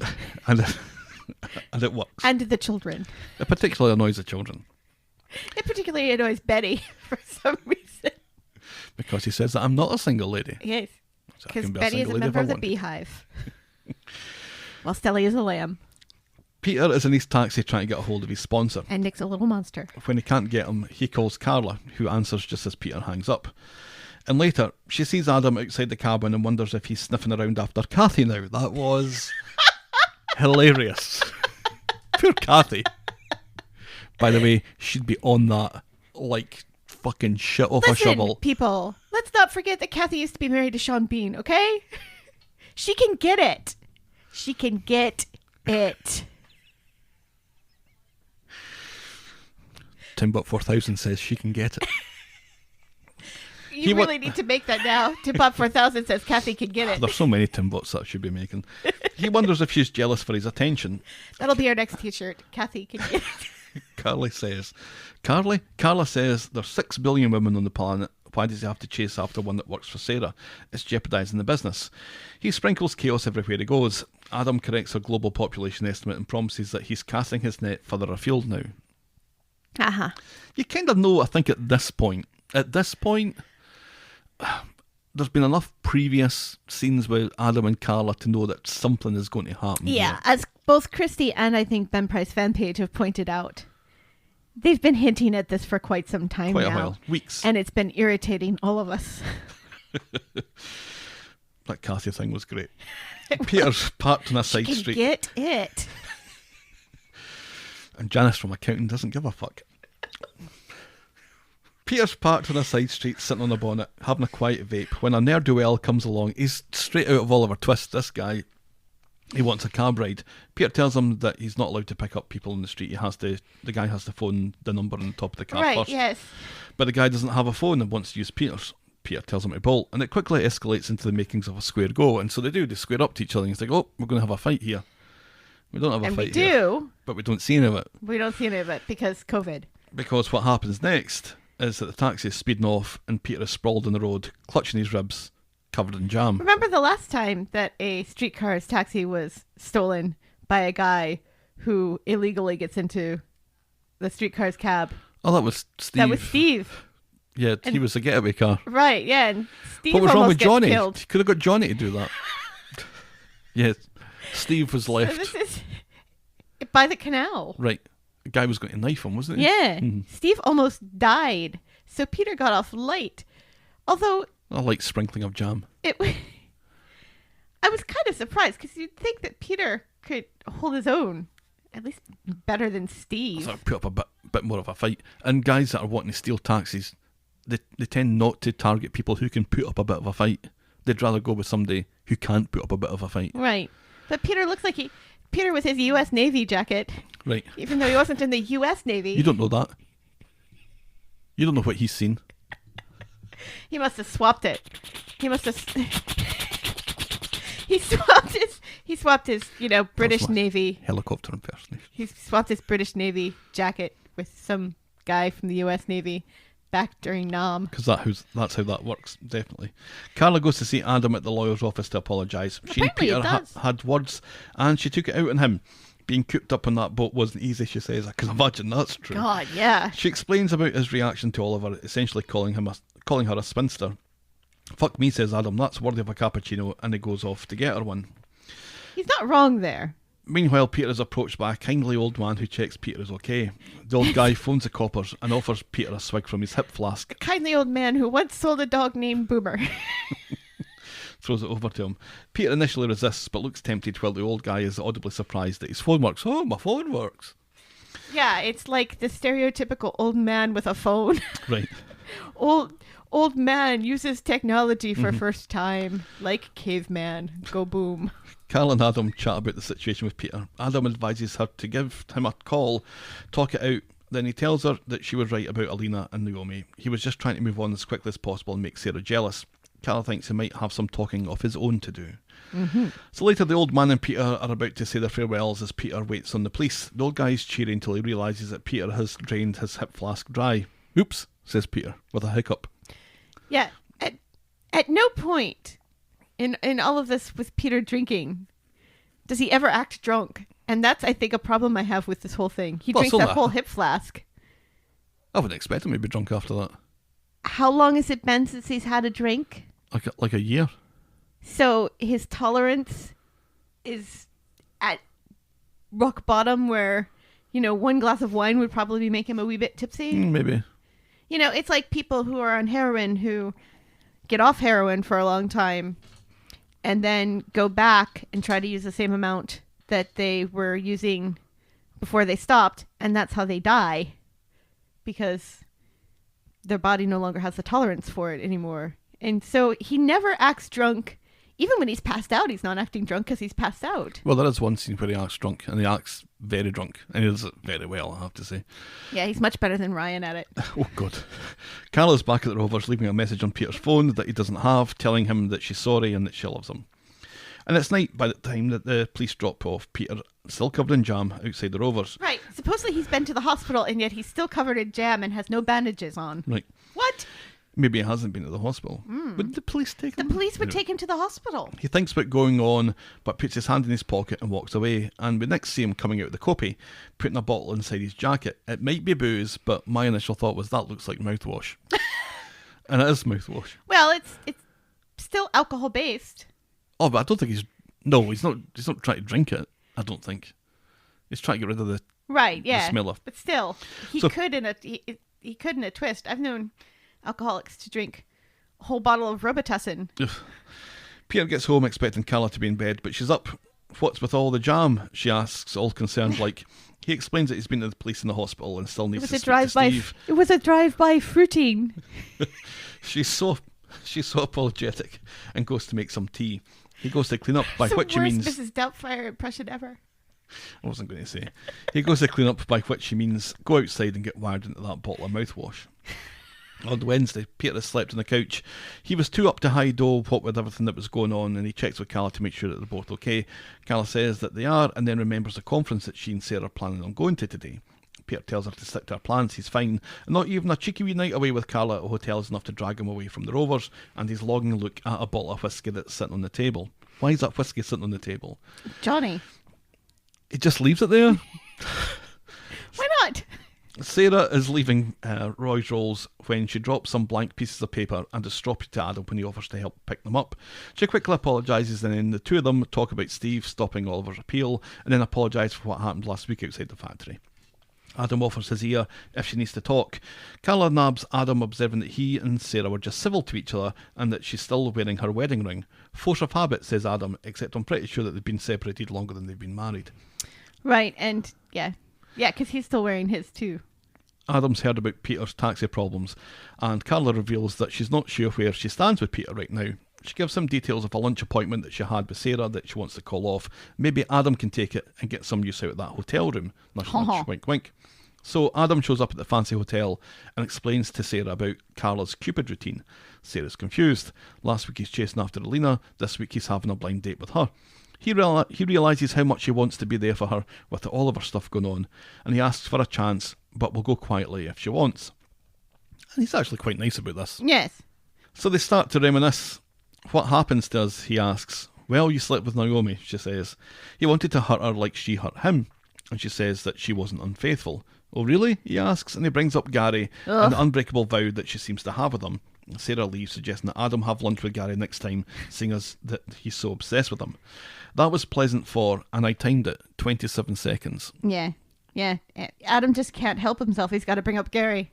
Right. And Sarah can't help herself. She's got to be irrationally upset every time Adam brings up Gary. Mm-hmm. Because, he has a reason, remember? Right. She knows that Gary killed somebody. And she knows that he has a reason, and so that's why she gets so upset. It's because of guilt. It's easy to forget, rather, what Sarah knows about this. Right. That she's not just sick because he keeps on bringing up Gary. She's sick because he keeps on bringing up Gary and he's right. Yeah, absolutely. So Abby comes into the Rovers, having heard what happened to Peter. She's closely followed by the old guy from yesterday. Peter did mention that he lived at the Rovers after all. Yes, he did. His name's Barry, and he takes credit for finding Peter and helping him out. Proper state he was in, all covered in jam, says Barry. Along comes Peter, and he invites Barry through the back to make sure Barry's mouth doesn't run off. Abby's left feeling either unneeded or suspicious or concerned. Or all three. And now Carla turns up at the hotel. Adam knows that he and Sarah are done for good now after that conversation. Carla is already bunking off the conference as she joins Adam for a drink or 10.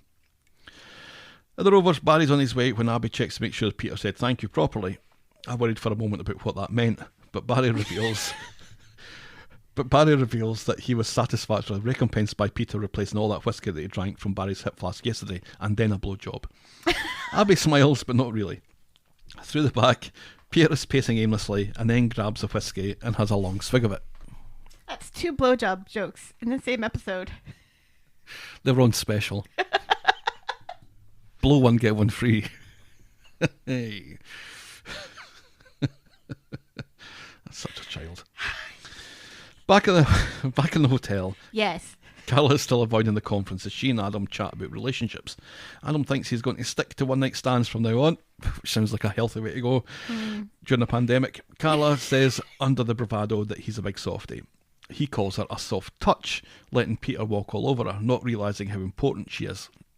I felt that was kind of a pivotal moment in this. The fact that someone called Carla a soft touch. Yeah. So if there's one thing Carla isn't. Or one thing that she doesn't want to be seen as. Yeah. And I wondered how much of what happens next has its genesis in Adam questioning how much Carla lets Peter walk all over her. Mm. Does Peter walk all over her? Yes. To what extent? The whole, and the fact, and I mean, it will happen later on when Abby tells Carla about, well, hints at the whole. Yeah. It's an ascending note. Yes. You know, Peter wants to be the hero of his own story, and yet whenever he's not the hero of his own story, he pushes Carla down, you know, and won't allow her to help or be in control of anything. And she lets him get away with it, and it's so not her character. You know, it's like she's Carla. She's strong and she's independent, except when she's with Peter. It's such a bad relationship. It's so codependent and awful. Yeah. And he does, you know, and she lets him get away with things she would never let anyone else get away with. So when it comes to Peter, she's a light touch. But in reaction to being called a soft touch, Carla's suddenly worried that she's going to have Adam hanging out of her later. So officially she says fuck it to the conference and goes home to see Peter, saying Sarah doesn't know what she's got. Mm-hmm. Abby approaches Peter in the backyard of the Rovers. She knows that he's had a drink and he admits to not telling Carla or his sponsor that he's 1 day sober. Maybe not even 1 day. If he wants her to help, he says he'll ask for it. He's fine. Which is rich coming from the asshole who keeps sticking his nose in every other character's addiction storyline. How many times did he... Knocking on Yasmin's door saying, you know, that he'll take her to a meeting. Determined to take Abby to a meeting. Dragging Abby to a meeting. Kicking and screaming. Having this surreptitious relationship that's on the down low that he can't tell anybody because it's not his business, but he's making it his business to make sure that Abby is... And then when Abby basically just asks him a question, he's so dismissive of her. Right. Yeah. And I hate Peter. I hate Peter more than you hate Billy.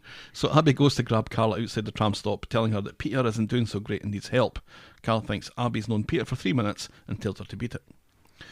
She gets home and is pissed when Peter isn't over the moon to see her and is insisting that she goes back to the conference. She confronts him about this and Abby's worries and he scoffs. He insists he's fine again and worries that he's walking into a trap here. Carla knows when Peter is lying and insists that he tell her, and he admits to having a drink. A drink, he says. He says it's different, but she says he's drinking and lying about it. She can't ignore it. He says he isn't drinking again. He had 1 drink. He's not that bloke anymore. He says he's fine and says that insists that she goes to the conference again. Carla suggests a meeting, but Peter, who was fucking made of meetings a few weeks ago, says he doesn't need one just because he had a few swigs. And this is when Carla notices a bottle in the glass next to it. A few swigs. She asks if he drank today. He admits it, but he's not drunk. He's stronger and in control, he says. She tells him that he's not well and they need to face this together, but Peter is still in denial, chucking everything away, Simon and her. He reminds her that he saved her from the gutter, and she asks why. All he did was fight hard. He throws this back in her face. The dynamic of her being fucked up and him being a white knight never worked. It was always better for her if he was a drunk and she was the guardian angel. She loves it when he's a wreck. She's the one with the saviour complex. Oh, God. She's still a mess. She always will be. And she has a nerve to want to fix him. Oh, the projection here. He doesn't need fixing and he doesn't need her. And so she grabs her bag and she leaves. Ah, the projection here. Yeah. Yeah. Everything he's saying is really him. Oh, yeah, absolutely. And not her. What an asshole. Has she challenged him about this? I couldn't remember. I remember that during the whole Abbey thing that we had this train of thought where, he was... I think she did She bring up where he was a white knight. Yeah. And he needed a project and all that sort of stuff. So that has been brought to his attention. But then she's turning this round and saying that this is her, that she needs... Yeah. She's not the guardian angel here, Peter, if that is your real name. You suck. And so she heads back to the hotel for the second or third time today. I'm losing track.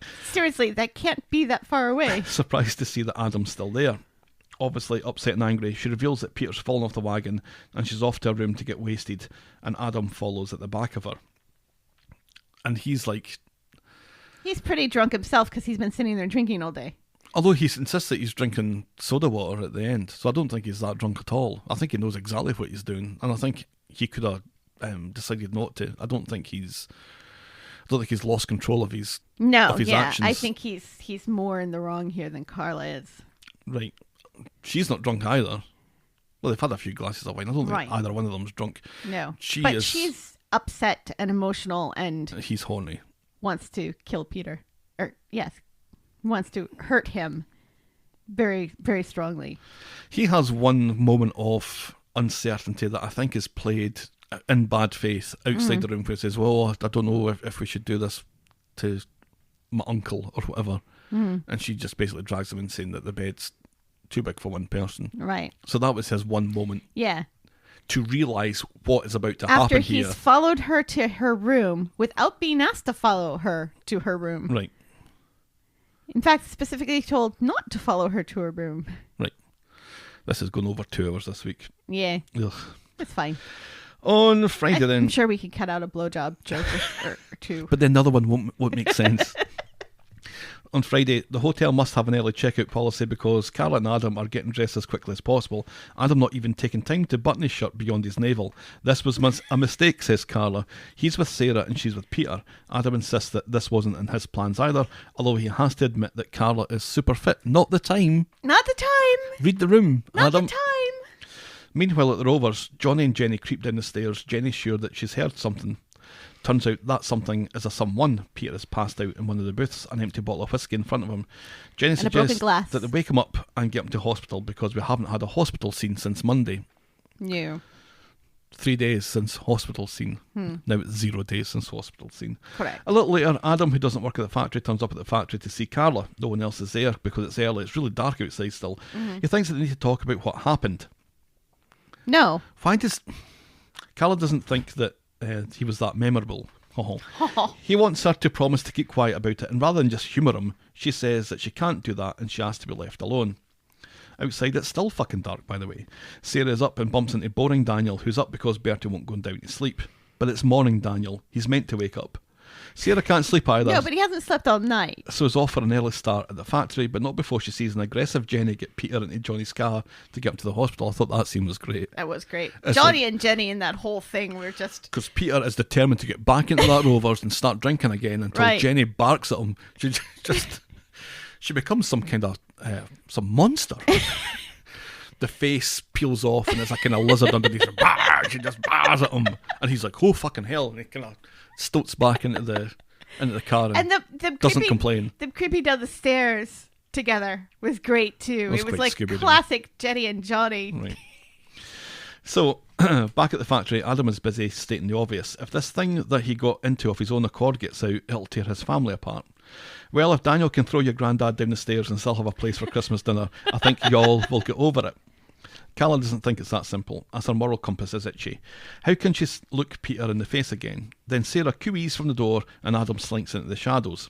Sarah wonders why Carla's sitting in the dark and then tells Carla about Peter. He looked quite drunk.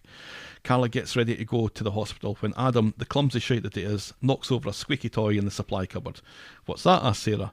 Carla dismisses it as nothing, and Sarah reads the situation, pretends to go back home to pick up her phone, but it's very much a nudge, nudge, wink, wink kind of thing. But see, they missed a great opportunity for Carla to say, I think it's a rat. Right. Because that would have been great. Because that would have been a callback to last week's rat situation. Right. Mm-hmm. And Jenny earlier thinking that it was a rat that made the glass fall and break. Right. So, despite the fact that Peter is in hospital, Adam still wants to talk to Carla about them. Carla understandably has had enough and sends Adam out the loading bay, but not like that. Carla gets to the hospital and Peter has sobered up somewhat. He apologises for everything. It was all an excuse to get drunk. He loves her, but all he does is hurt her. She'd be better off without him.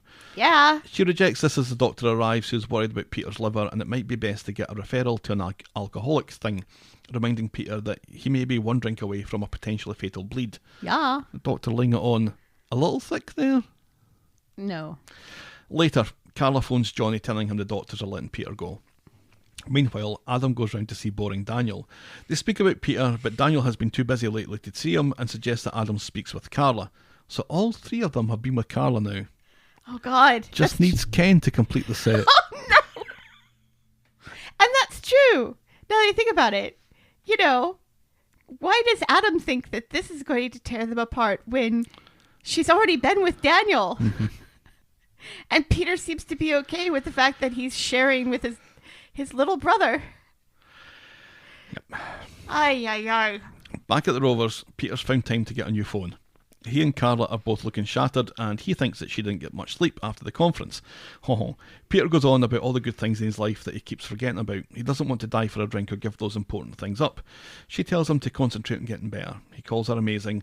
She goes for a piss, and then her phone rings in her bag. Peter answers it, but later saying that he thought it was work. Leave that phone alone. Yeah, seriously, if your phone was ringing and it was alone in the room with me, I would shout at you, your phone's ringing. I would tell you that your phone's ringing. I would maybe look at it to see who's phoning and then shout at you, so-and-so's trying to call you. And then I would say, okay, well, just answer it. And I wouldn't. Because by the time that people on my phone, and never mind somebody else's. Because by the time I got there, they would have left a voicemail or something. Oh, the attitude to phones just baffles me. Anyway, Peter answers it, and it seems to be the hotel with something troubling, and he says he'll pass the message on. It's a quick piss because Carla comes straight back into the room as soon as he's done. He passes on the message that a bloke she was with left his wallet at the bar at the hotel where the conference was last night, and he asks who it was. And I think there's an easy answer to this. Say it's Adam's. Right. The two of them were sitting at the bar. Explain about trying to get Sarah and Adam back together. It didn't work. She went back to the conference, saw Adam there. Mm-hmm. They had a couple of drinks together. He must have left his wallet, and I picked up the tab. And then that's it. See, I thought that they said that he left his wallet in her room, which would have been harder to explain. Oh, I thought it was at the bar. But even if it was in the room, is Peter going to be suspicious of Adam if she's just upfront about it? Well, we've just discussed the fact that Carla's been with Daniel, so maybe she would be. Maybe he would be. Instead of that, Carla Spoiler. pretends that she doesn't understand English or has heard a different question, and she asks for more details. There were three of them, apparently, all of them as boring as each other. They must have a number for the bar bill, and this seems to satisfy Peter. It was Steve from Stevenage and Rory from Roryage or something. Yeah, it was dumb. Then Dev is high as a kite when Adam goes in looking for some puffed wheat cereal. Because Dev assumes that he'd be more into porridge because he's Scottish. Then Adam makes a reference to Donald, where's your trousers? And then realises that he's lost his wallet. And his other trousers suggests Dev, and then gives him tick for the cereal. Later, just a strange Dev scene. Later, Peter and Carla are chatting about what he said the other day. He can't remember it exactly, but he knows it must have been bad because she can't even look at him in the eyes. He tells her that if she wants to walk, he'll understand, and don't worry because he has Simon to live for now, it's all cool. He's worried about her. She thinks it's just a shame that he wasn't so worried last night. He brings up the subject of the three imaginary men at the bar, saying whatever happened, they can get through it. He calls them indestructible. Her face thinks that he's naive for saying so he asks outright if she slept with someone last night. and she admits that she did, but it meant nothing. And then for someone who thought that they could get through anything and were indestructible, Peter has a mahoooosive problem with this Right, yes, of course he does. and demands to know who it was. Because patriarchy. She did it because she was angry and it was nothing with nobody. He claims that he cheated on her with a bottle and he would never sleep with anyone. Carla clears her Excuse throat. me? Oh, really? Really? He's right, she's wrong, but she was sad, angry and lonely. Again, he wants to know who it was, and she tells him it was an anonymous businessman. They didn't even talk. Kinky. She's teary and apologetic, and it's quite clever how he's turned this around so easily on her. And he's off out. Later, Carla is outside the Rovers trying to get Peter on the phone when Sarah comes along, and Sarah promises to keep her mouth shut about the factory thing from earlier. She says that she and Peter have been through so much together, not like her and Adam, and she says that she should fight for a relationship. Meanwhile, Not knowing that Carla Right. has slept with Adam. Meanwhile, Adam is leaving a message for Sarah claiming to miss her and not wanting to give up on her. Then boring Daniel comes along who has noticed that Easter eggs are on sale in Freshco. Then Daniel and Adam see Peter in the community garden with an unopened bottle of whiskey. Peter fills them both in that Carla was unfaithful And I like that. when he was falling off the wagon. If the bloke's wallet hasn't shown up at the hotel, Carla would have got away with it. Daniel takes a bottle off him and his boredom removes all the alcoholic contents from inside. He also lectures Peter like he's the big brother. Peter goes home, he's not been drinking, he's so sorry, and so is she. She offers to leave, but she doesn't want to though. She wants to help him get back on track. I wish he would stop saying things like that. He thinks that they need to forgive each other, talk and be honest. He's back to they're indestructible thing again, and he admits that he's done worse than shag some bloke in a hotel. He asks her to go to a meeting with him, and she agrees. But first, she goes to the lawyer's office to call Adam an even thicker pile of shite for leaving his wallet at the hotel. He gives her a hard time for confessing, but she says at least she didn't tell him that she slept with his dead sister's son. Adam says, you and me ain't going to happen. What? Nobody wants that, Adam. Nobody wants that. He then seems to blame Carla for him nearly getting caught at the factory. Scottish Bobby isn't that good. She says that she's told Peter it was a bloke from the conference. Oh, you. Adam doesn't think Peter's going to accept that little detail. He'll Gav want is to now know blushing. everything. He'll want to meet the guy and punch his lights out. Carla tells Adam that not everyone is such a pathetic lowlife like you. But then, sure enough, at the pub, Peter's on the phone at the hotel pretending to be a random bloke that was there with Carla last night, and he's looking for his wallet. The hotel tell him there was a wallet handed in, but it's already been claimed. Peter hangs up, looks thoughtful, and that is the end of this week's episodes. Carla would never sleep with Adam. That whole thing is so manufactured and so not something Carla would do. It makes me mad.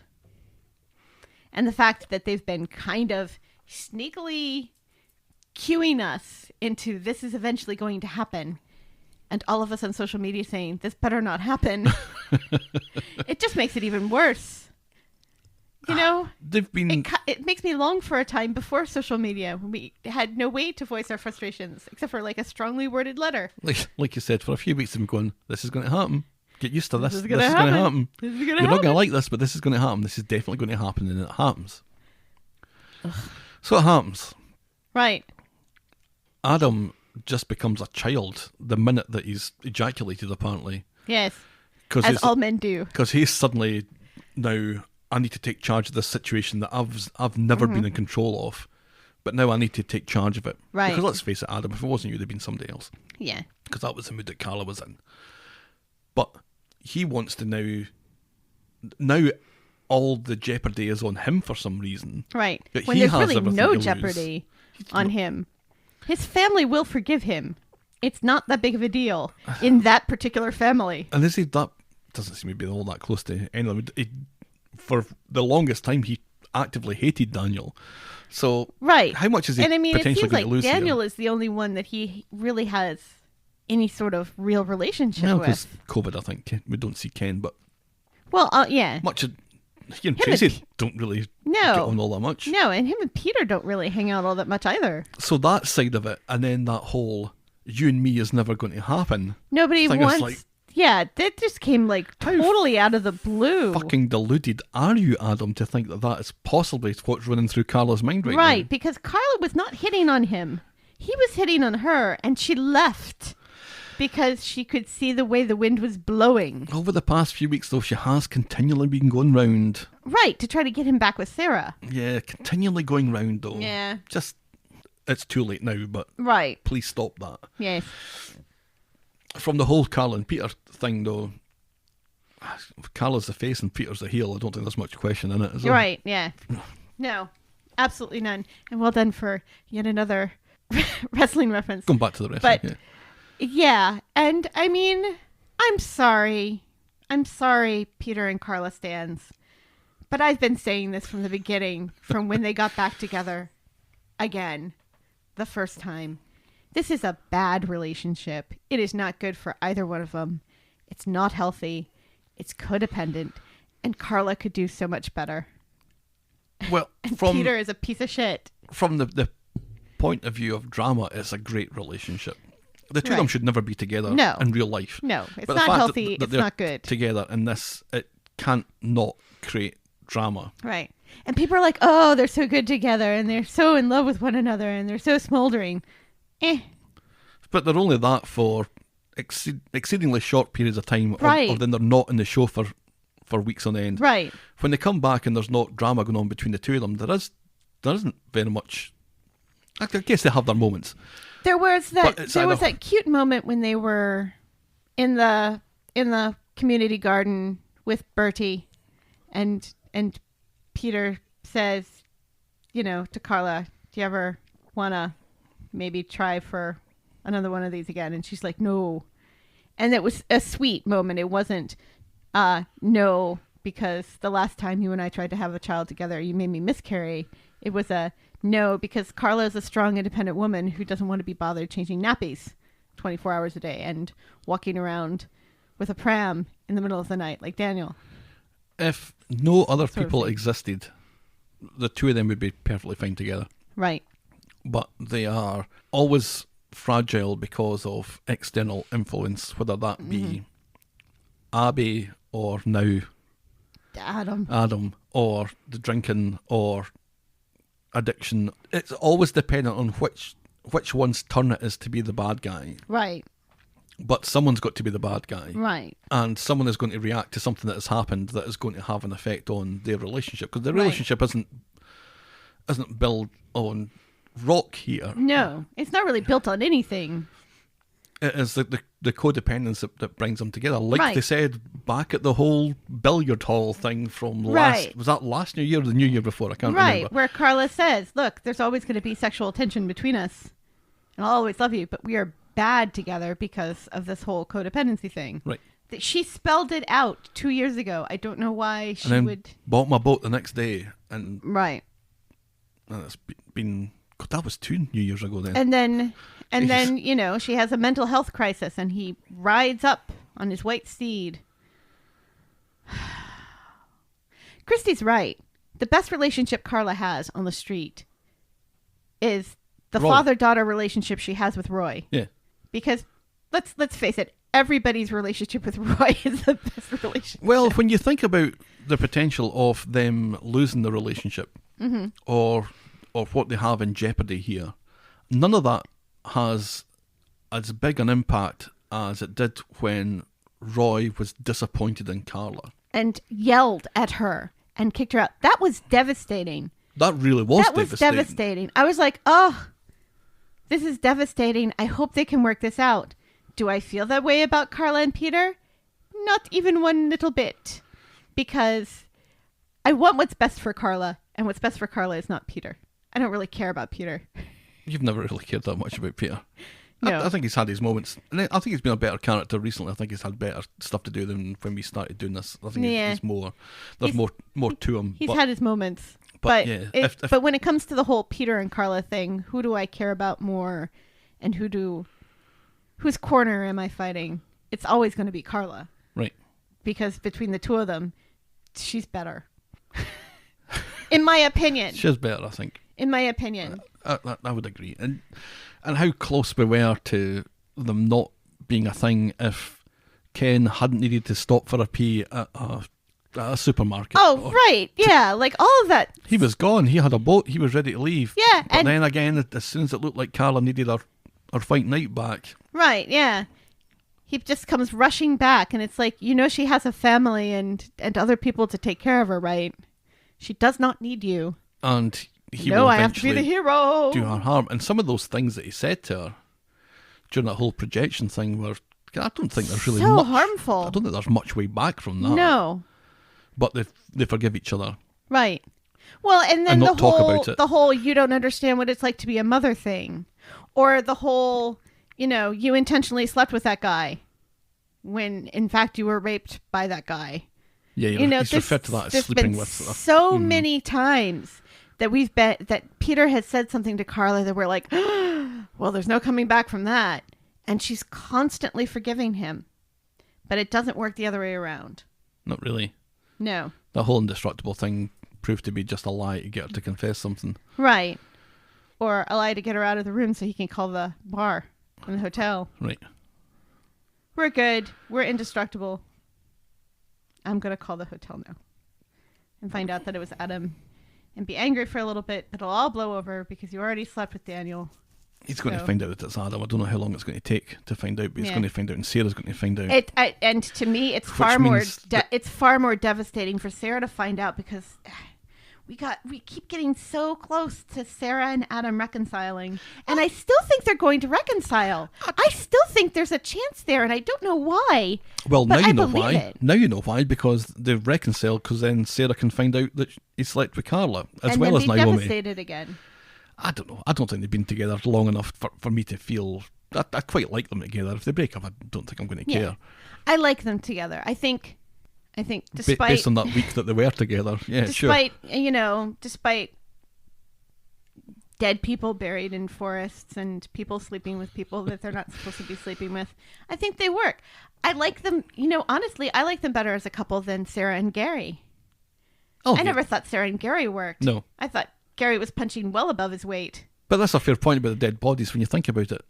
Everything that's kind of the foundation of all these relationships has so many potential breaking points Right. that surely, in time for the 60th, Is this how we're going to find they all break and Ray gets to build his fucking skyscraper. on top of Rick the Chin's body Mm-hmm. in the woods? But no, I'm wondering if this is the thing that's going to break all of this apart. And we're going to find out all of these things. Well, we already know all these things. Well, this is a house of cards, let's face it. This whole thing is a house of cards. There's now so many things that are all And it's dependent on each other. And it's co-joining so many other House of Cards within the show. Because there are a lot of House of Cards that are all going to fall down. Mm-hmm. And Ray Weinstein's going to be at the bottom with Debbie. Right. I think that's how it's going. Your moment of the week. It was a good week. I enjoyed it this week. Can we make it Tyrone? People are going to hate us for that. You know that. It's been so long since we've picked a really good, fun moment of the week. Oh, no. It was just 2 weeks ago that we picked Roy and Evelyn playing chess. It's been such a long time since we've picked.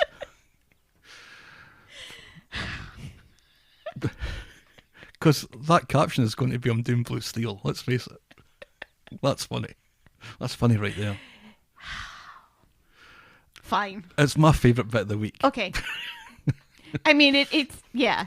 I mean, because all of the other, really good, well acted moments of the week piss me off, so sure. Inexplicably, Tyrone being Blue Steel is our Moment of the week. Moment of the week. boring moment of the week. Is it Daniel walking Birdie on the street? Or is it Dev's Rice Puffs? No, Dev being high as fuck was quite entertaining. I think, yeah, it's Daniel worried about Easter eggs. Oh, welcome back, Daniel. We missed you. He's in 3 scenes, and at the start of every scene that he's in, he says something that's really, really dull. I feel so bad. But it's gotta be.